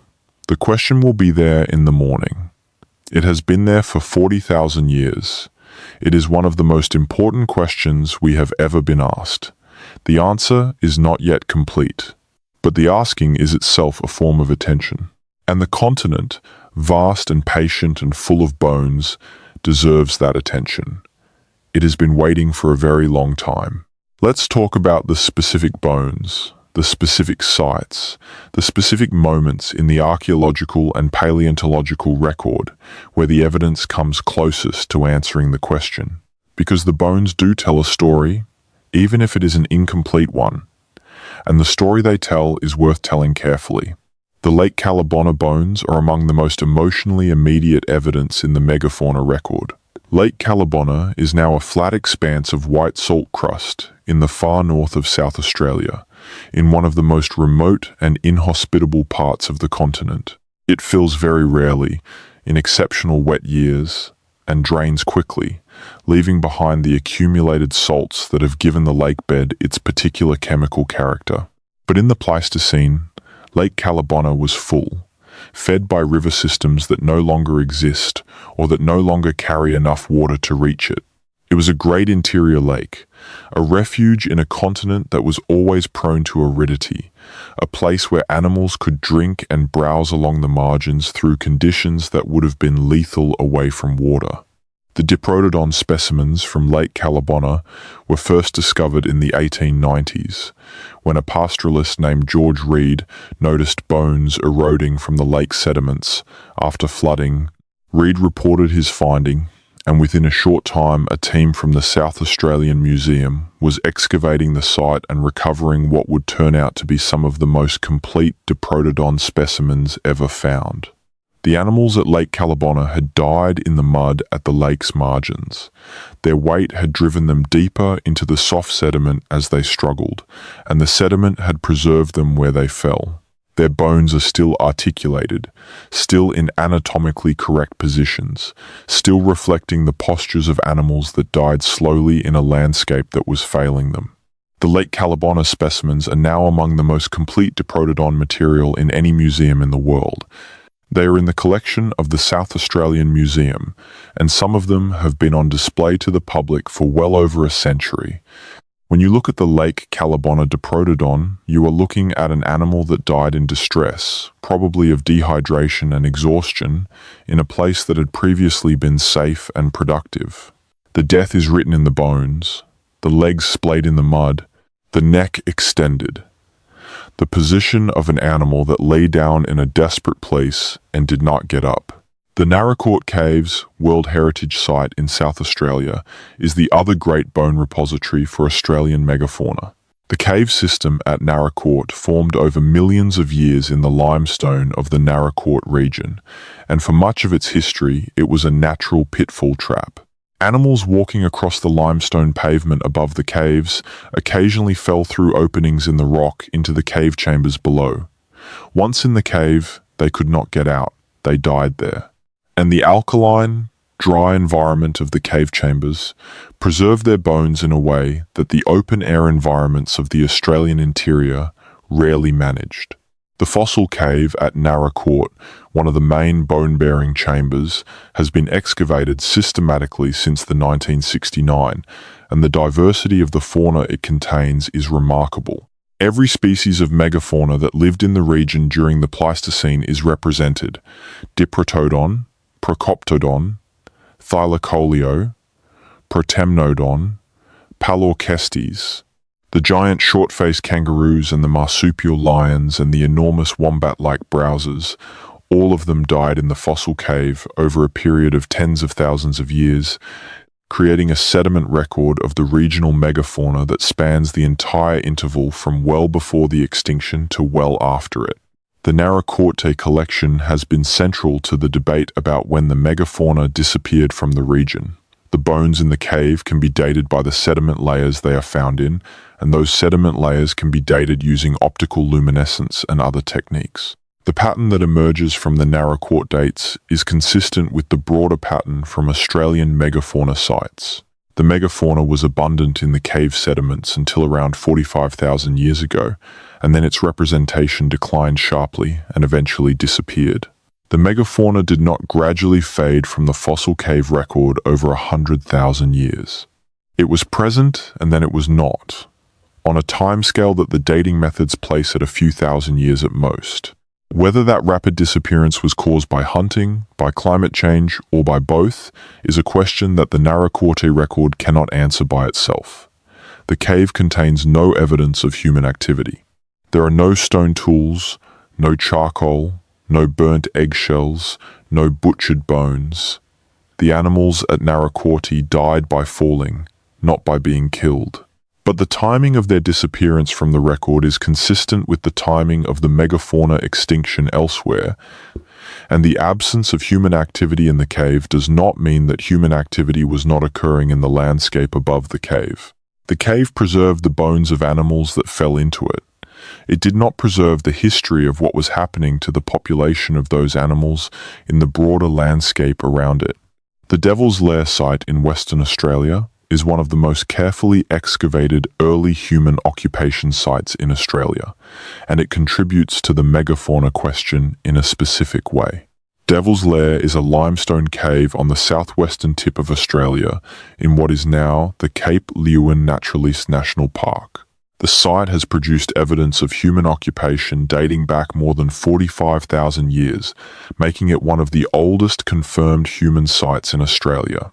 The excavations at Devil's Lair, conducted over several decades by a team from the University of Western Australia, documented the stratigraphy of the cave sediments in remarkable detail and recovered an extensive collection of faunal remains. The faunal remains from Devil's Lair include the bones of megafauna species, specifically Diprotodon and Zygomaturus, a large diprotodontid related to Diprotodon. These megafauna bones are present in the same cave that was occupied by humans over tens of thousands of years.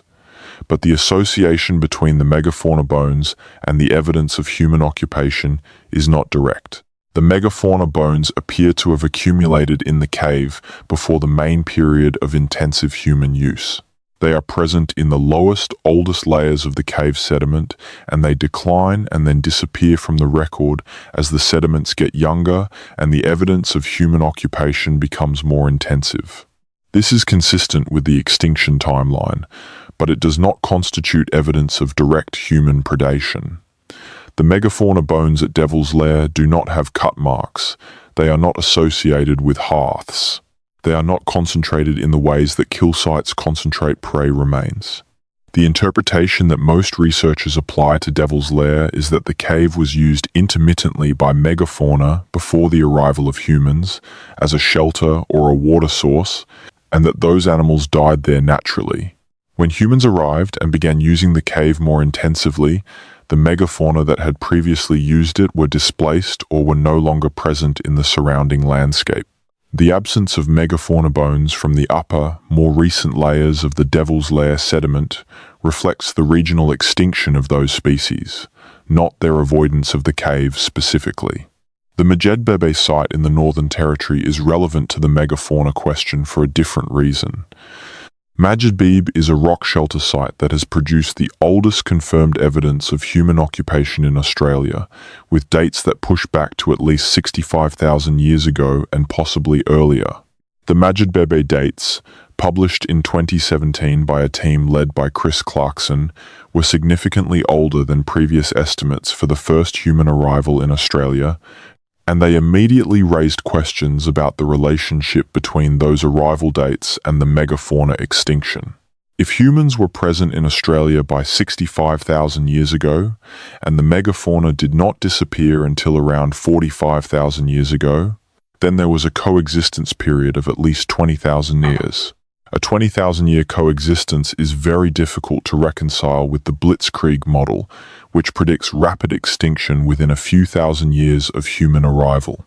It is more consistent with either the climate hypothesis or the gradual hunting hypothesis, in which human predation contributed to extinction over a long period rather than causing it rapidly. The Megafauna dates are not universally accepted. Some researchers have questioned the dating methods and the interpretation of the stone tools found at the site. The debate about the earliest human arrival in Australia is in some ways as contentious as the debate about the megafauna extinction. The two debates are connected, because the timing of arrival determines the length of the coexistence period, and the length of the coexistence period constrains the models of how extinction could have occurred. A short coexistence of a few thousand years supports the Blitzkrieg model. A long coexistence of 20,000 years or more supports other models. The resolution of the arrival timing debate and the extinction timing debate together would significantly constrain the hypothesis space. If humans arrived 65,000 years ago and the megafauna was gone by 45,000 years ago, the extinction hypothesis has to explain a 20,000-year coexistence. If humans arrived 50,000 years ago and the megafauna was gone by 45,000 years ago, the extinction hypothesis has only 5,000 years to work with. The difference matters enormously for the models, and the evidence for both dates is still being refined. The question of how humans arrived in Australia and what their capabilities were when they arrived is also relevant. The first humans to colonize Australia crossed open water to do so. There was no land bridge, even at the lowest sea levels of the glacial maximum. The crossing was probably at least 70 to 90 kilometers across open water at minimum, possibly more depending on the specific route and the sea level at the time. To make that crossing, the colonizers needed watercraft. They were not accidental rafters. They were intentional long-distance seafarers, which tells us something about their technological and organizational capabilities. A population capable of planning and executing a long-distance ocean crossing is a population with considerable cognitive and social sophistication. They were not primitive. They were capable of complex planning and complex social coordination. Those capabilities are exactly what would have made them effective hunters of naive megafauna. This is not evidence for the overkill hypothesis, but it is context. The first Australians were not unsophisticated wanderers who stumbled onto a continent full of giant animals and happened to drive them to extinction by accident. They were a technologically capable, socially organized population that made a deliberate choice to cross open water and colonize a new continent. Whatever interactions they subsequently had with the megafauna would have been mediated by those capabilities. Whether those interactions took the form of intensive hunting, fire management, or something else entirely, they were the interactions of a sophisticated population making deliberate choices in a new environment. The new environment perspective is worth dwelling on. The first humans to arrive in Australia were encountering a continent unlike anything in their experience. The plants were different. The animals were different. The soils were different. The climate was different. The ecological relationships were different. In that context, the megafauna would have been encountered not as familiar prey species whose behavior and vulnerability were known from long experience, but as entirely novel organisms requiring new approaches and new knowledge. The development of effective hunting strategies for Diprotodon or Thylacoleo would have required learning.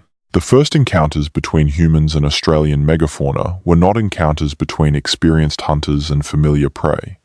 They were encounters between sophisticated people and completely novel animals. What those encounters were like and how they developed over the first generations of human occupation is something we can only speculate about.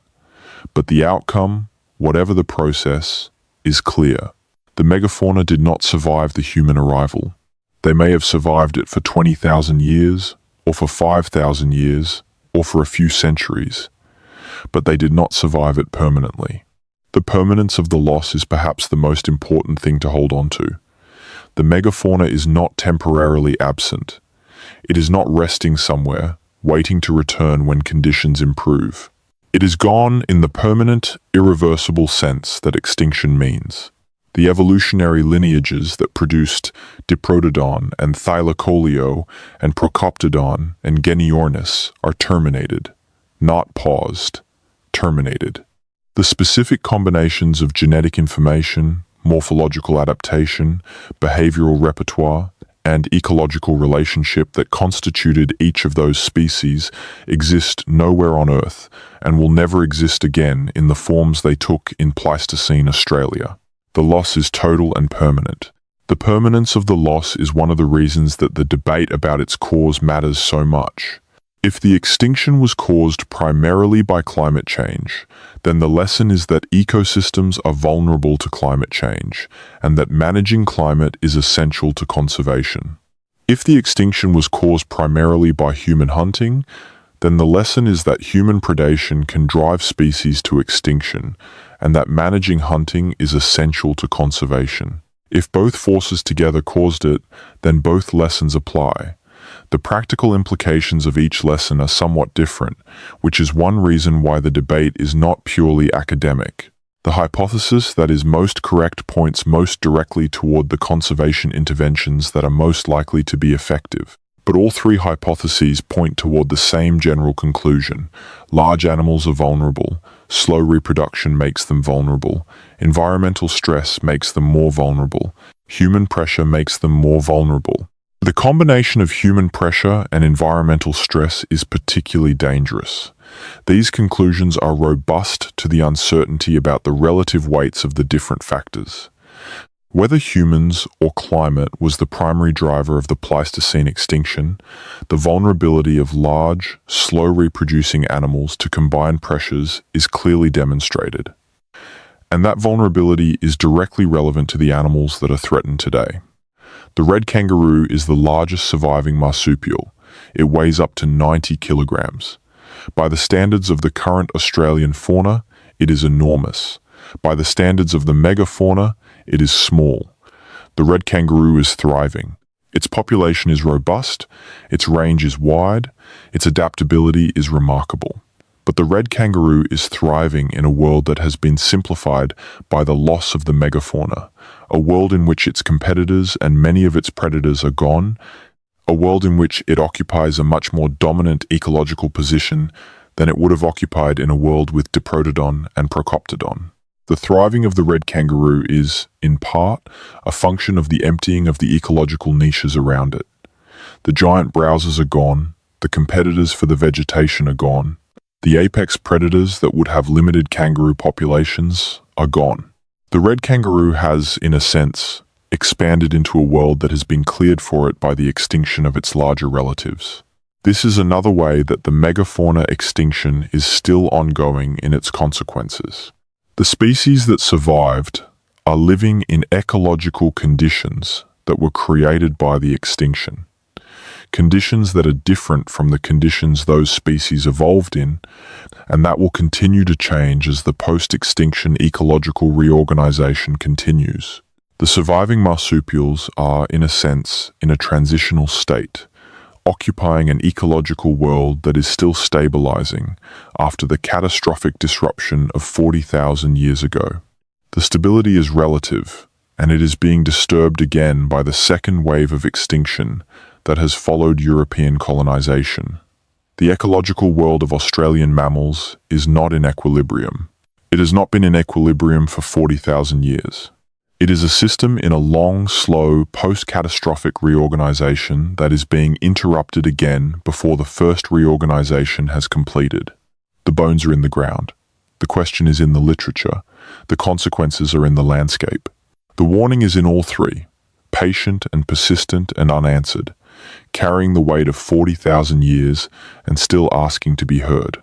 Listen, if you can, the continent is speaking in the language of bones and seeds and soils and empty waterholes. It is speaking in the language of running kangaroos and oversized fruits and the silence where the giants used to walk. It is a quiet language, and it requires attention and knowledge and a willingness to hear what it is saying. But the message is clear enough for those who are willing to listen. The giants are gone. The world is different. And the choice about whether it will continue to be different in this specific way or whether it will become different in additional new ways is being made right now. The dawn is long and flat over the Australian interior. The bones are patient in the ground. The question is still open. The morning comes. There is a valley in Queensland called the Darling Downs, and in the early 1800s, the first European settlers there reported finding enormous bones eroding from the riverbanks and from the black soil plainlands that would become some of the most productive agricultural land in Australia. The settlers did not know what the bones were. They were too large to belong to any familiar animal. Some of the bones were as large as a man's thigh, and they were heavy, and they were clearly old. The settlers reported them to the authorities, who reported them to the scientists in Sydney and eventually to the scientists in London. And by the middle of the 19th century, the bones of the Darling Downs megafauna were being described in scientific journals by some of the most eminent paleontologists in the world. Richard Owen, working in London with specimens sent from Australia, described Diprotodon optatum from Darling Downs material in the 1830s. It was, Owen recognized immediately, the largest marsupial ever described. The specimen he was working with was fragmentary, but the fragments were large enough to make the scale of the animal unmistakable. Owen's description was careful and precise, as his descriptions always were, and it established Diprotodon as a scientific reality, a giant of the past that had to be taken seriously and incorporated into the developing picture of the history of life on Earth. The Darling Downs continued to yield megafauna material throughout the 19th century and into the 20th. The combination of the rich black soils, which had been deposited over millennia by the lake and swamp systems that once covered the downs, and the geological conditions that had allowed bones to survive in those soils, made the Darling Downs one of the most productive megafauna localities in Australia. Procoptodon material from the Darling Downs gave scientists their first clear picture of the short-faced kangaroo, with its bizarre single-digit feet and its deep-skulled head. Thylacoleo material from the Downs added to the picture of the marsupial lion. Palocestes, Zygomaturus, Protemnodon, all of them are known from Darling Downs specimens. The irony of the Darling Downs is that the same black soil that preserved the megafauna bones is now one of the most heavily farmed landscapes in Australia. The wheat and sorghum and cotton that grow on the Downs today grow in soil that was deposited by the same wetlands that sustained Diprotodon and Procoptodon. The megafauna fertilized that soil through millions of years of grazing and wallowing and dying. And the soil that the megafauna's existence helped to create is now being used to grow crops that feed a human population that displace the megafauna's descendants. The historical irony is not subtle. The land that was made rich by the megafauna is now occupied by the descendants of the organisms that may have contributed to the megafauna's end. This is not a morality tale. It is an ecological observation. The megafauna built Australia's interior landscapes in ways that are still present in the soils and the vegetation patterns. The agricultural and pastoral use of those landscapes by humans, Aboriginal and non-Aboriginal, has always been downstream of what the megafauna created. The richest soils in the Australian interior are the soils that were most intensively worked by the megafauna's physical activity over millions of years. When we farm those soils, we are farming the legacy of the giants. The Riverslay fossil site in far northwestern Queensland takes the megafauna story back even further in time. Riverslay is the oldest of the major Australian megafauna sites, and its fossils are from a period 20 to 15 million years ago, far before the Pleistocene megafauna that we have been discussing. The animals of Riverslay are the ancestors of the Pleistocene megafauna, in the broad sense that they belong to the same lineages. They include early diprotodontids, early macropods, early carnivorous marsupials, and a range of other animals that give context to the later evolutionary developments that produced Diprotodon and Thylacoleo and Procoptodon. Walking through the Riverslay fossil sites, which are embedded in the limestone outcrops of the Boojamula National Park, is to walk through layers of evolutionary time, each layer representing a world that is recognizably related to the later world of the Pleistocene megafauna, but that is also distinctly different. The Riverslay fossils have been studied extensively by a team led by Mike Archer at the University of New South Wales, and the discoveries from the site have repeatedly forced revisions to the understanding of Australian mammal evolution. Animals that were thought to be evolutionary dead ends have turned out to be the ancestors of successful lineages. Animals that were thought to have evolved at one time and place have turned out to have more complex histories. The picture of Australian mammal evolution that Riverslay has contributed to is a picture of extraordinary diversity and complexity, spanning tens of millions of years and encompassing hundreds of species, many of which have no living descendants. The River Slay story and the Pleistocene megafauna story together frame the magnitude of what was lost in the late Pleistocene extinction. The megafauna was not the beginning of the story. It was the culmination of 50 million years of marsupial evolution in Australia, the most specialized and most diverse endpoint of a long and complex evolutionary trajectory. The loss of the megafauna was not just the loss of a few species. It was the loss of the culminating chapter in that 50 million year story. The earlier chapters, the River Slay fauna, and the older faunas that preceded it are gone already, replaced by the Pleistocene megafauna over millions of years of evolutionary change. The Pleistocene megafauna was the last great flowering of the Australian marsupial radiation, and its loss was the ending, sudden and violent in geological terms, of something that had been building for an almost incomprehensibly long time. The wombats that survive today, the common wombat and the hairy-nosed wombats, are the inheritors of the lineage that produced Diprotodon. They are much smaller than Diprotodon. They have adapted to the post-megafauna landscape by becoming smaller and more burrowing, by specializing in different vegetation types, by developing different social structures and different behavioral repertoires. The wombats are a success story, in the sense that the lineage survived even though its most spectacular member did not. But the success is qualified. The wombats are not what Diprotodon was. They are a diminished version of a lineage that once reached 3 tons. They are the survivors of a story that ended badly for its most impressive participants. The conservation of the hairy-nosed wombats, particularly the northern hairy-nosed wombat, which is one of the most endangered mammals in the world, is one of the more poignant conservation stories in Australia. The northern hairy-nosed wombat is the largest of the living wombats, and it is critically endangered, with a population that has been reduced to a single location in Queensland. It is a large, slow-reproducing animal. It is specialized for specific vegetation types. It is vulnerable to habitat change and to introduced predators. It is, in other words, exactly the kind of animal that the Pleistocene extinction preferentially eliminated. And it is still in danger of following its distant relative Diprotodon into the silence. The effort to conserve the northern hairy-nosed wombat involves habitat protection, predator control, population monitoring, and, recently, the establishment of a second population at a new site in Queensland. The second population is small, but it exists, and its establishment represents a major step in the conservation program. The wombat is not out of danger.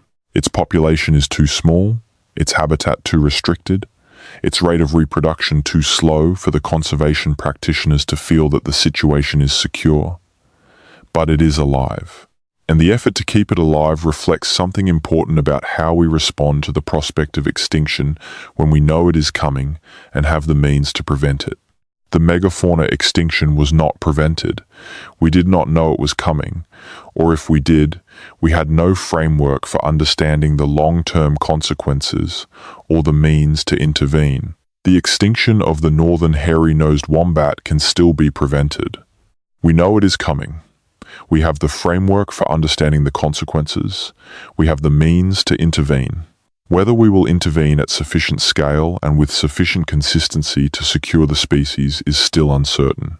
But the uncertainty is about will and resources and political commitment, not about knowledge. We know what needs to be done. The question is whether we will do it. The megafauna story ends, in the fossil record, with the absence of the megafauna. The last Diprotodon, the last Thylacoleo, the last Genyornis. Each one died, not knowing it was the last, not knowing that its kind would not continue, not knowing that the ecological role it had played for millions of years would be vacant after it was gone. Each one was just an animal living its life in a landscape that was becoming increasingly hostile in ways that the animal had no way to recognize or respond to at the scale of the species. Each one was just trying to survive. And eventually, there were not enough of them left to sustain the species, and the species ended. The ending of a species is not dramatic. It is not a single moment. It is the gradual accumulation of individual deaths that are not replaced by births until there are none left.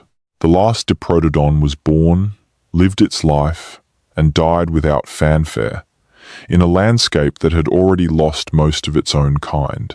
The last Thylacoleo made its last kill, ate its last meal, lay down in the scrub somewhere in Australia, and did not get up.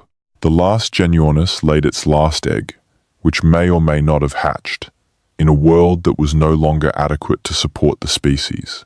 Each ending was quiet. Each ending was ordinary in the way that every death is ordinary, and each ending was permanent. The permanence is what the bones record. The absence of the megafauna from any sediment layer younger than 45,000 years is the record of their permanent departure. The bones that remain in the older layers are the last trace of their presence. They are patient and silent in the earth, holding information that we are still learning to read, carrying questions that we have been asking for 200 years without yet finding complete answers. The investigation of those bones is an act of attention. The effort to understand what the bones tell us about the past is an act of respect for what was lost and for the landscape that lost it. The attempt to draw lessons from that understanding for the present is an act of responsibility. All three acts are worth doing. All three are being done by researchers and knowledge holders and conservation practitioners across Australia. The work is slow. The evidence is difficult. The uncertainty is real. But the effort is genuine, and the subject deserves it. The continent is patient. The bones are patient. The question is patient. And the answer, incomplete and contested and still being worked out in sediment samples and dated sites and peer-reviewed arguments and collaborative field investigations, is slowly coming together. Not as a simple answer, because the question is not a simple question, but as a richer and more complex and more truthful understanding of what happened to the giants of Australia and what their loss meant and what it still means for the continent and for the species that survived and for the human communities that have lived on that continent through all of the change and all of the loss and all of the long, patient rearrangement that follows when the giants leave. The morning comes across the red plain. The light is long. The sky is enormous, the ground is old, and somewhere in the earth below the saltbush and the spinifex and the red sand, a bone is waiting to be found. It has been waiting for 40,000 years. It will wait as long as it needs to. What happened to the giants? We are still finding out. The question is open. The investigation continues. And the continent, vast and patient and full of bones, holds the answer in its earth, as it has always held it, waiting for us to learn enough to read it. Sleep now. The question will be there in the morning. It has been there for a very long time. The specific experience of standing at a megafauna site, if you have the chance to do it, is worth describing. Whether it is the Narracourt Caves in South Australia, where the bones of Thylacoleo and Diprotodon and Procoptodon are preserved in the cave floor sediments, or the Lake Callabonna site in the far north of that same state, where the articulated remains of Diprotodon are visible in the salt flat sediments, or the Darling Downs of Queensland, where agricultural soil is shot through with the memory of the animals that helped to build it, the experience is the same in its essential quality. You are standing in a place where something enormous used to be. The enormous thing is gone. The place it occupied is changed by its absence. And you can feel, if you pay attention, both the weight of what was there and the lightness of what is there now. The absence has a texture. The silence has a quality that is specific to the absence of giants. The bones carry the weight of the animal. The question carries the weight of the loss, and the investigation carries the weight of the attempt to understand honestly and carefully what happened to something that deserved to go on existing and did not.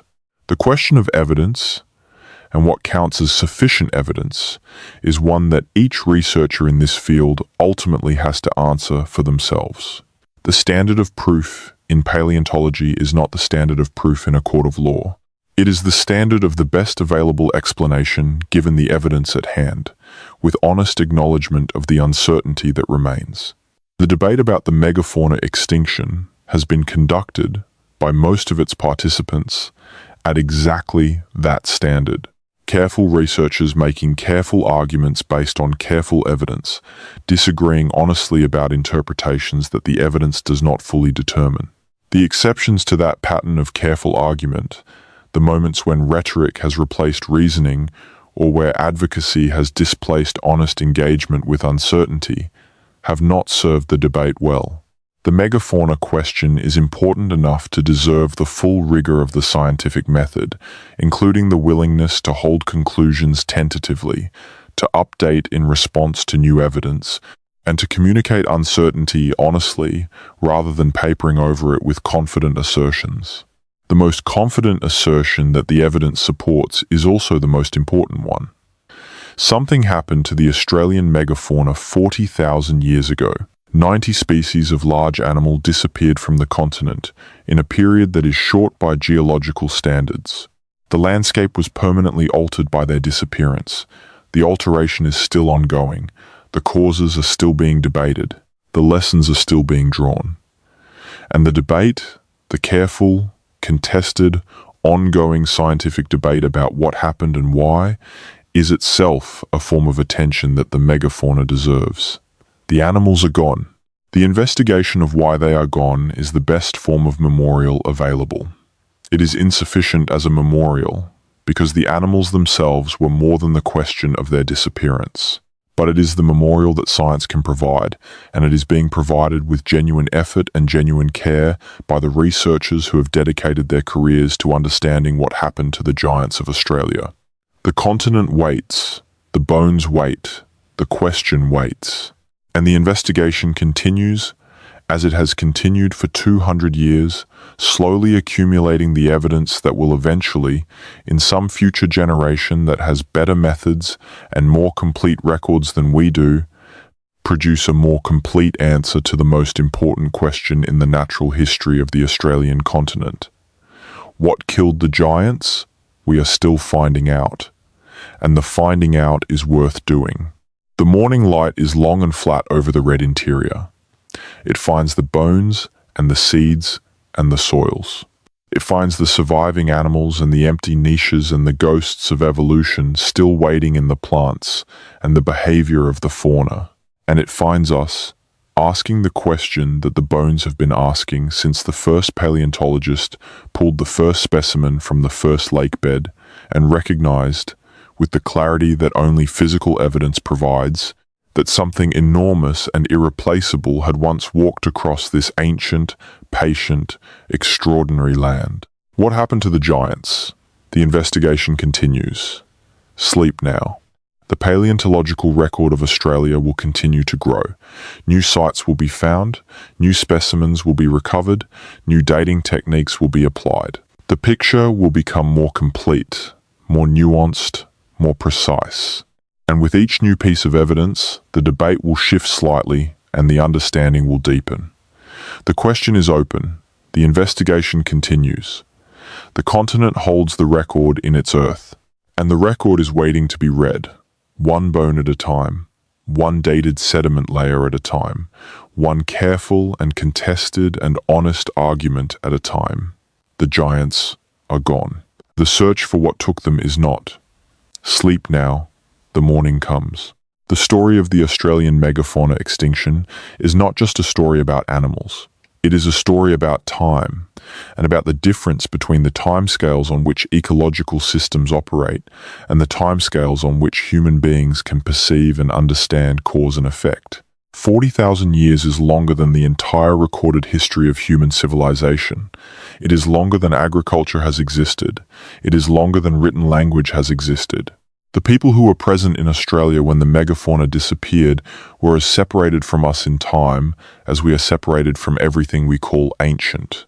And yet the consequences of what happened in their time are still visible in the landscape today. That is the scale of ecological loss we are talking about. Events on a timescale longer than civilization, producing changes in the natural world that persist for longer than civilization has yet existed. The deep time perspective matters because it reframes the extinction as something other than a sudden catastrophe. The megafauna did not all die on the same day or in the same year or probably even in the same century. The extinction was a process.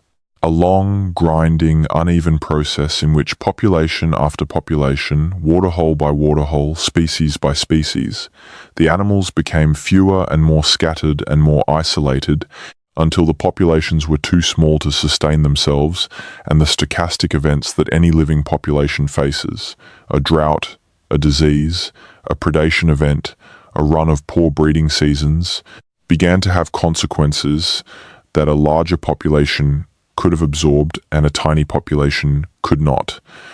The isolation of the Australian continent played a role in this process that is worth examining carefully. Australia is an island, a very large island, but an island.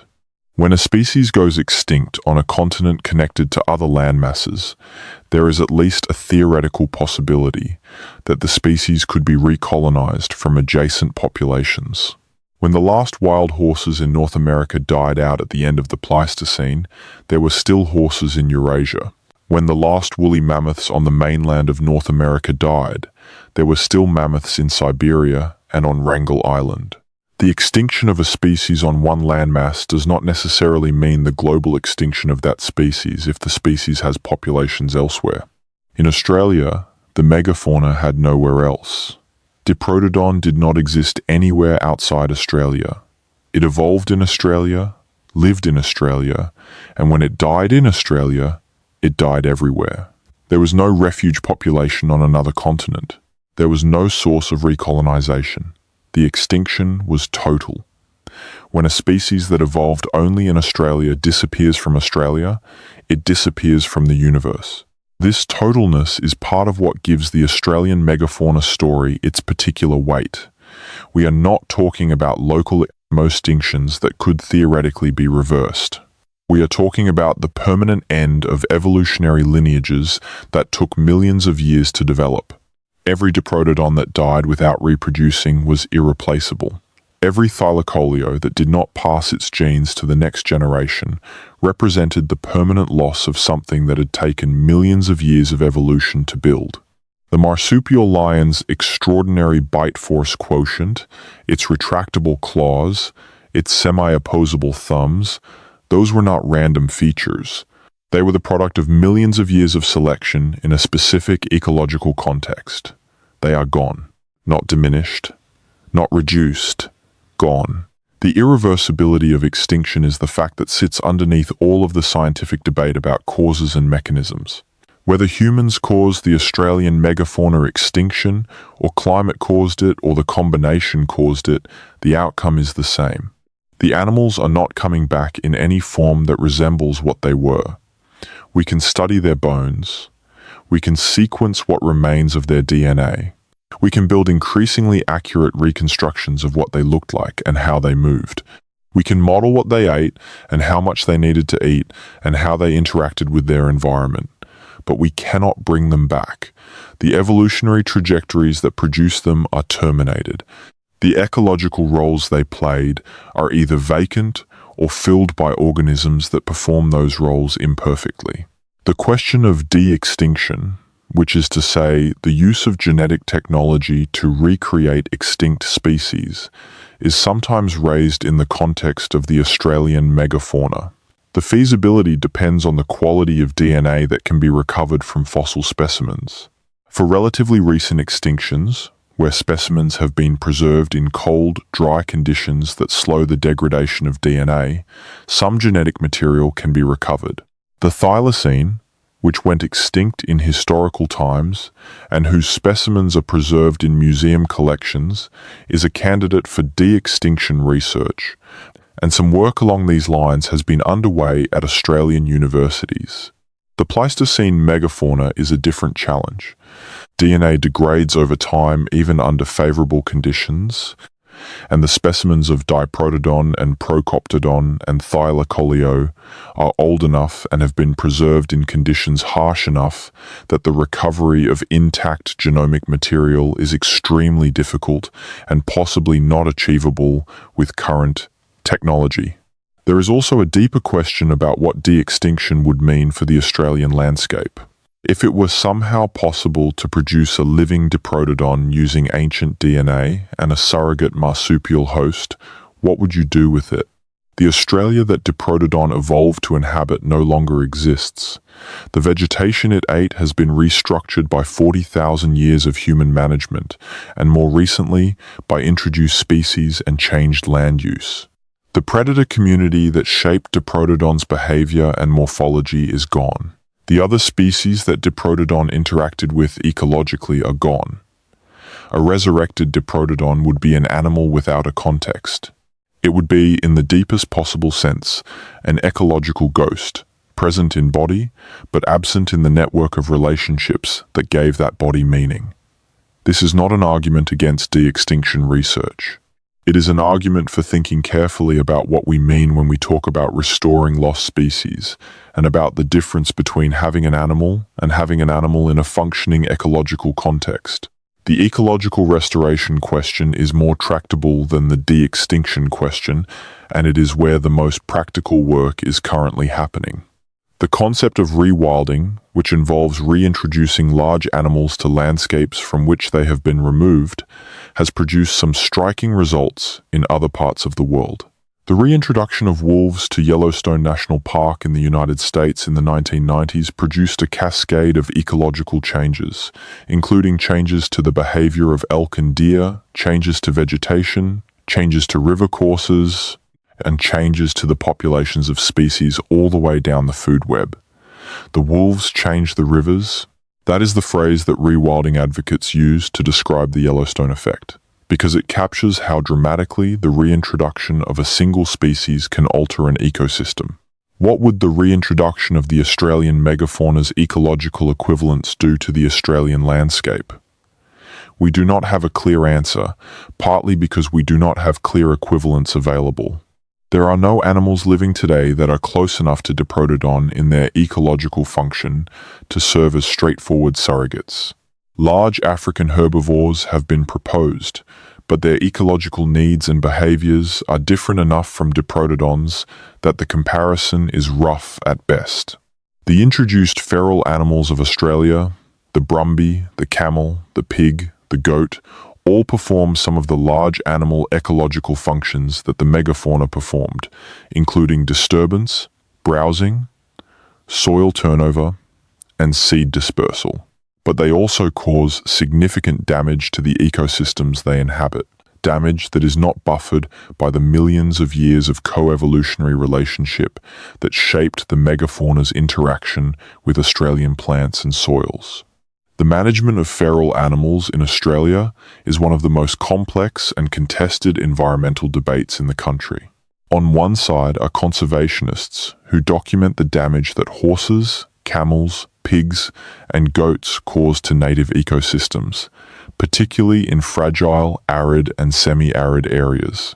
On the other side are some researchers and some indigenous communities who point out that the removal of large herbivores from areas where they have been present for generations can itself cause ecological changes because the plants and soils have partially adapted to the presence of those animals, and because the removal of large browsers can allow the scrub to thicken in ways that increase fire risk. The debate is genuinely complex. It is not possible to make a straightforward argument for either the total removal of feral animals or for their wholesale acceptance as ecological surrogates. The appropriate management response probably varies by location, species, and ecological context. The story of the Australian megafauna extinction is a story that is told in many different ways, depending on who is telling it and for what purpose. Paleontologists tell it as a story about evidence and methodology, about the challenge of reading the past from fragmentary records, about the ways that dating techniques and site taphonomy constrain the inferences we can draw. Ecologists tell it as a story about trophic cascades and extinction dynamics, about the vulnerability of slow-reproducing animals to sustained mortality and the irreversibility of population collapse. Conservation biologists tell it as a story about precedent, about the lesson that should be informing our response to the current extinction crisis.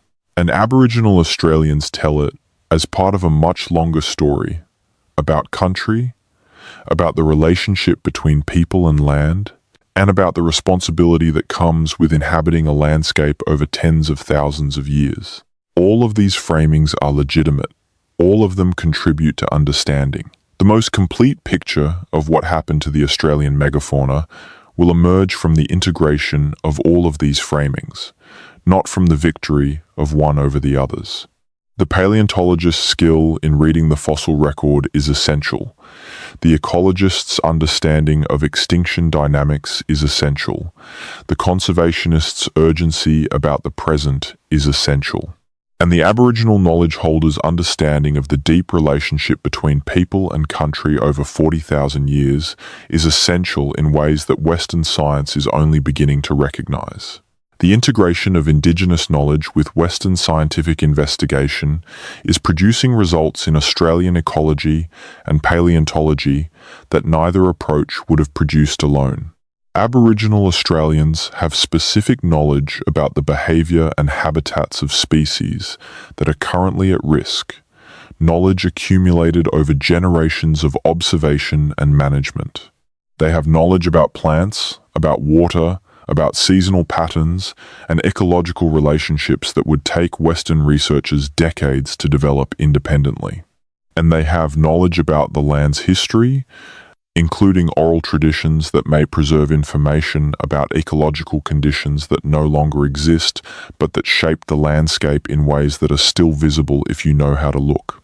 The formal recognition of this knowledge within Australian land management, conservation, and scientific research is growing. Indigenous ranger programs, joint management of national parks and protected areas, and collaborative research projects that bring together Aboriginal knowledge holders and scientists are producing practical outcomes as well as theoretical insights. The fire management practices that some Aboriginal communities have reinstated in their traditional territories are demonstrating ecological benefits in terms of habitat quality and biodiversity that purely Western management approaches did not achieve. The animals are responding. Native species are recovering in areas managed using traditional burning methods, in part because the burning creates the mosaic of habitat types that the native fauna needs, a mosaic that the megafauna maintained through their browsing before their disappearance, and that fire management can partially recreate. This is not a romantic story about the noble savage or about the superiority of Indigenous knowledge over Western science. It is a practical story about the value of deep time in any understanding of ecological systems. 40,000 years of continuous relationship with a landscape produces a kind of knowledge that 50 years of scientific investigation, however rigorous, cannot fully replicate. Both forms of knowledge are valuable. Both are necessary. The challenge is to find the frameworks within which they can be integrated without either being subordinated to or dismissed by the other. The three major arguments about what killed the Australian megafauna have a parallel in the way we think about the current extinction crisis. The overkill hypothesis focuses on direct human action. The climate hypothesis focuses on environmental change. The synergistic hypothesis says that neither alone was sufficient. In the current crisis, we are running all three processes simultaneously and in the same direction. Direct human action in the form of hunting, trapping, and deliberate killing continues to drive some species toward extinction. Climate change is altering the distribution of habitats and the timing of ecological events in ways that are outpacing the ability of many species to adapt. And the interaction between direct human pressure and climate change is creating synergies that neither force would produce alone. A species whose habitat is already fragmented by land clearing has less capacity to track shifting climate envelopes. A species whose population is already reduced by hunting has less genetic diversity to draw on when rapid adaptation is required. The same arithmetic that may have doomed Diprotodon applies to the animals that are endangered today. The timing argument cuts both ways. The same urgency that makes the current extinction crisis frightening also makes intervention feasible in a way that would not have been possible for the Pleistocene megafauna. We know what is happening. We have the technology to monitor populations, manage habitats, reduce mortality from hunting and trapping, and mitigate some of the effects of climate change on vulnerable species. The conservation successes that have occurred, the recovery of the eastern barred bandicoot from mainland functional extinction, the persistence of the numbat in managed reserves, the reintroduction of locally extinct species to protected areas, demonstrate that the trajectory is not entirely predetermined. The question is whether the will exists at the scale required to implement the interventions that the science recommends. The will question is not a scientific question. It is a political question, a social question, an economic question. It involves choices about how much value to assign to biological diversity, about who bears the costs of conservation, about what obligations current generations have to future ones. These are questions that science can inform but cannot answer. The paleontological record can demonstrate, clearly and with considerable precision, what the consequences of large animal extinction are for a continent's ecology over 40,000 years. But whether those consequences are sufficient to motivate the political and social changes required to prevent a recurrence is a decision that humans make, not that science makes. The bones are the evidence. The bones of the late Calabona Diprotodon, still lying in the positions they fell, still articulating the anatomy of animals that died in distress beside a drying waterhole. The bones of the Narakorte cave fauna, preserved in extraordinary detail by the alkaline environment of the cave floor, documenting the diversity of an ecosystem that is gone. The bones of the Nullarbor thylacoleo, revealing the anatomy of the last marsupial lion that walked the Australian interior. The bones of the Darling Downs Procoptodon, reminding us that the largest kangaroo that ever lived fed on plants that no longer exist in quantities sufficient to sustain an animal of that size. The bones are speaking. The question is whether we are listening carefully enough. The question of what killed the megafauna is, in the end, a question about the relationship between humans and the rest of the natural world. If humans killed the megafauna through hunting, then the story is a story about the destructive capacity of human beings, about the way that our technological capability consistently outpaces our ecological understanding, about the way we tend to use resources until they are gone and then adapt to the degraded system that remains. If climate killed the megafauna, then the story is a story about the vulnerability of living systems to environmental change, about the way that the carefully balanced relationships within an ecosystem can be disrupted by forces that operate on timescales far longer than the lifespan of any individual or community. The megafauna is gone from the continent that built it. The bones remain in the earth. The question is genuinely open. The investigation continues. The answer is somewhere in the ancient Australian ground. The debate about what killed them continues among researchers still finding and dating new fossil evidence. The work goes on.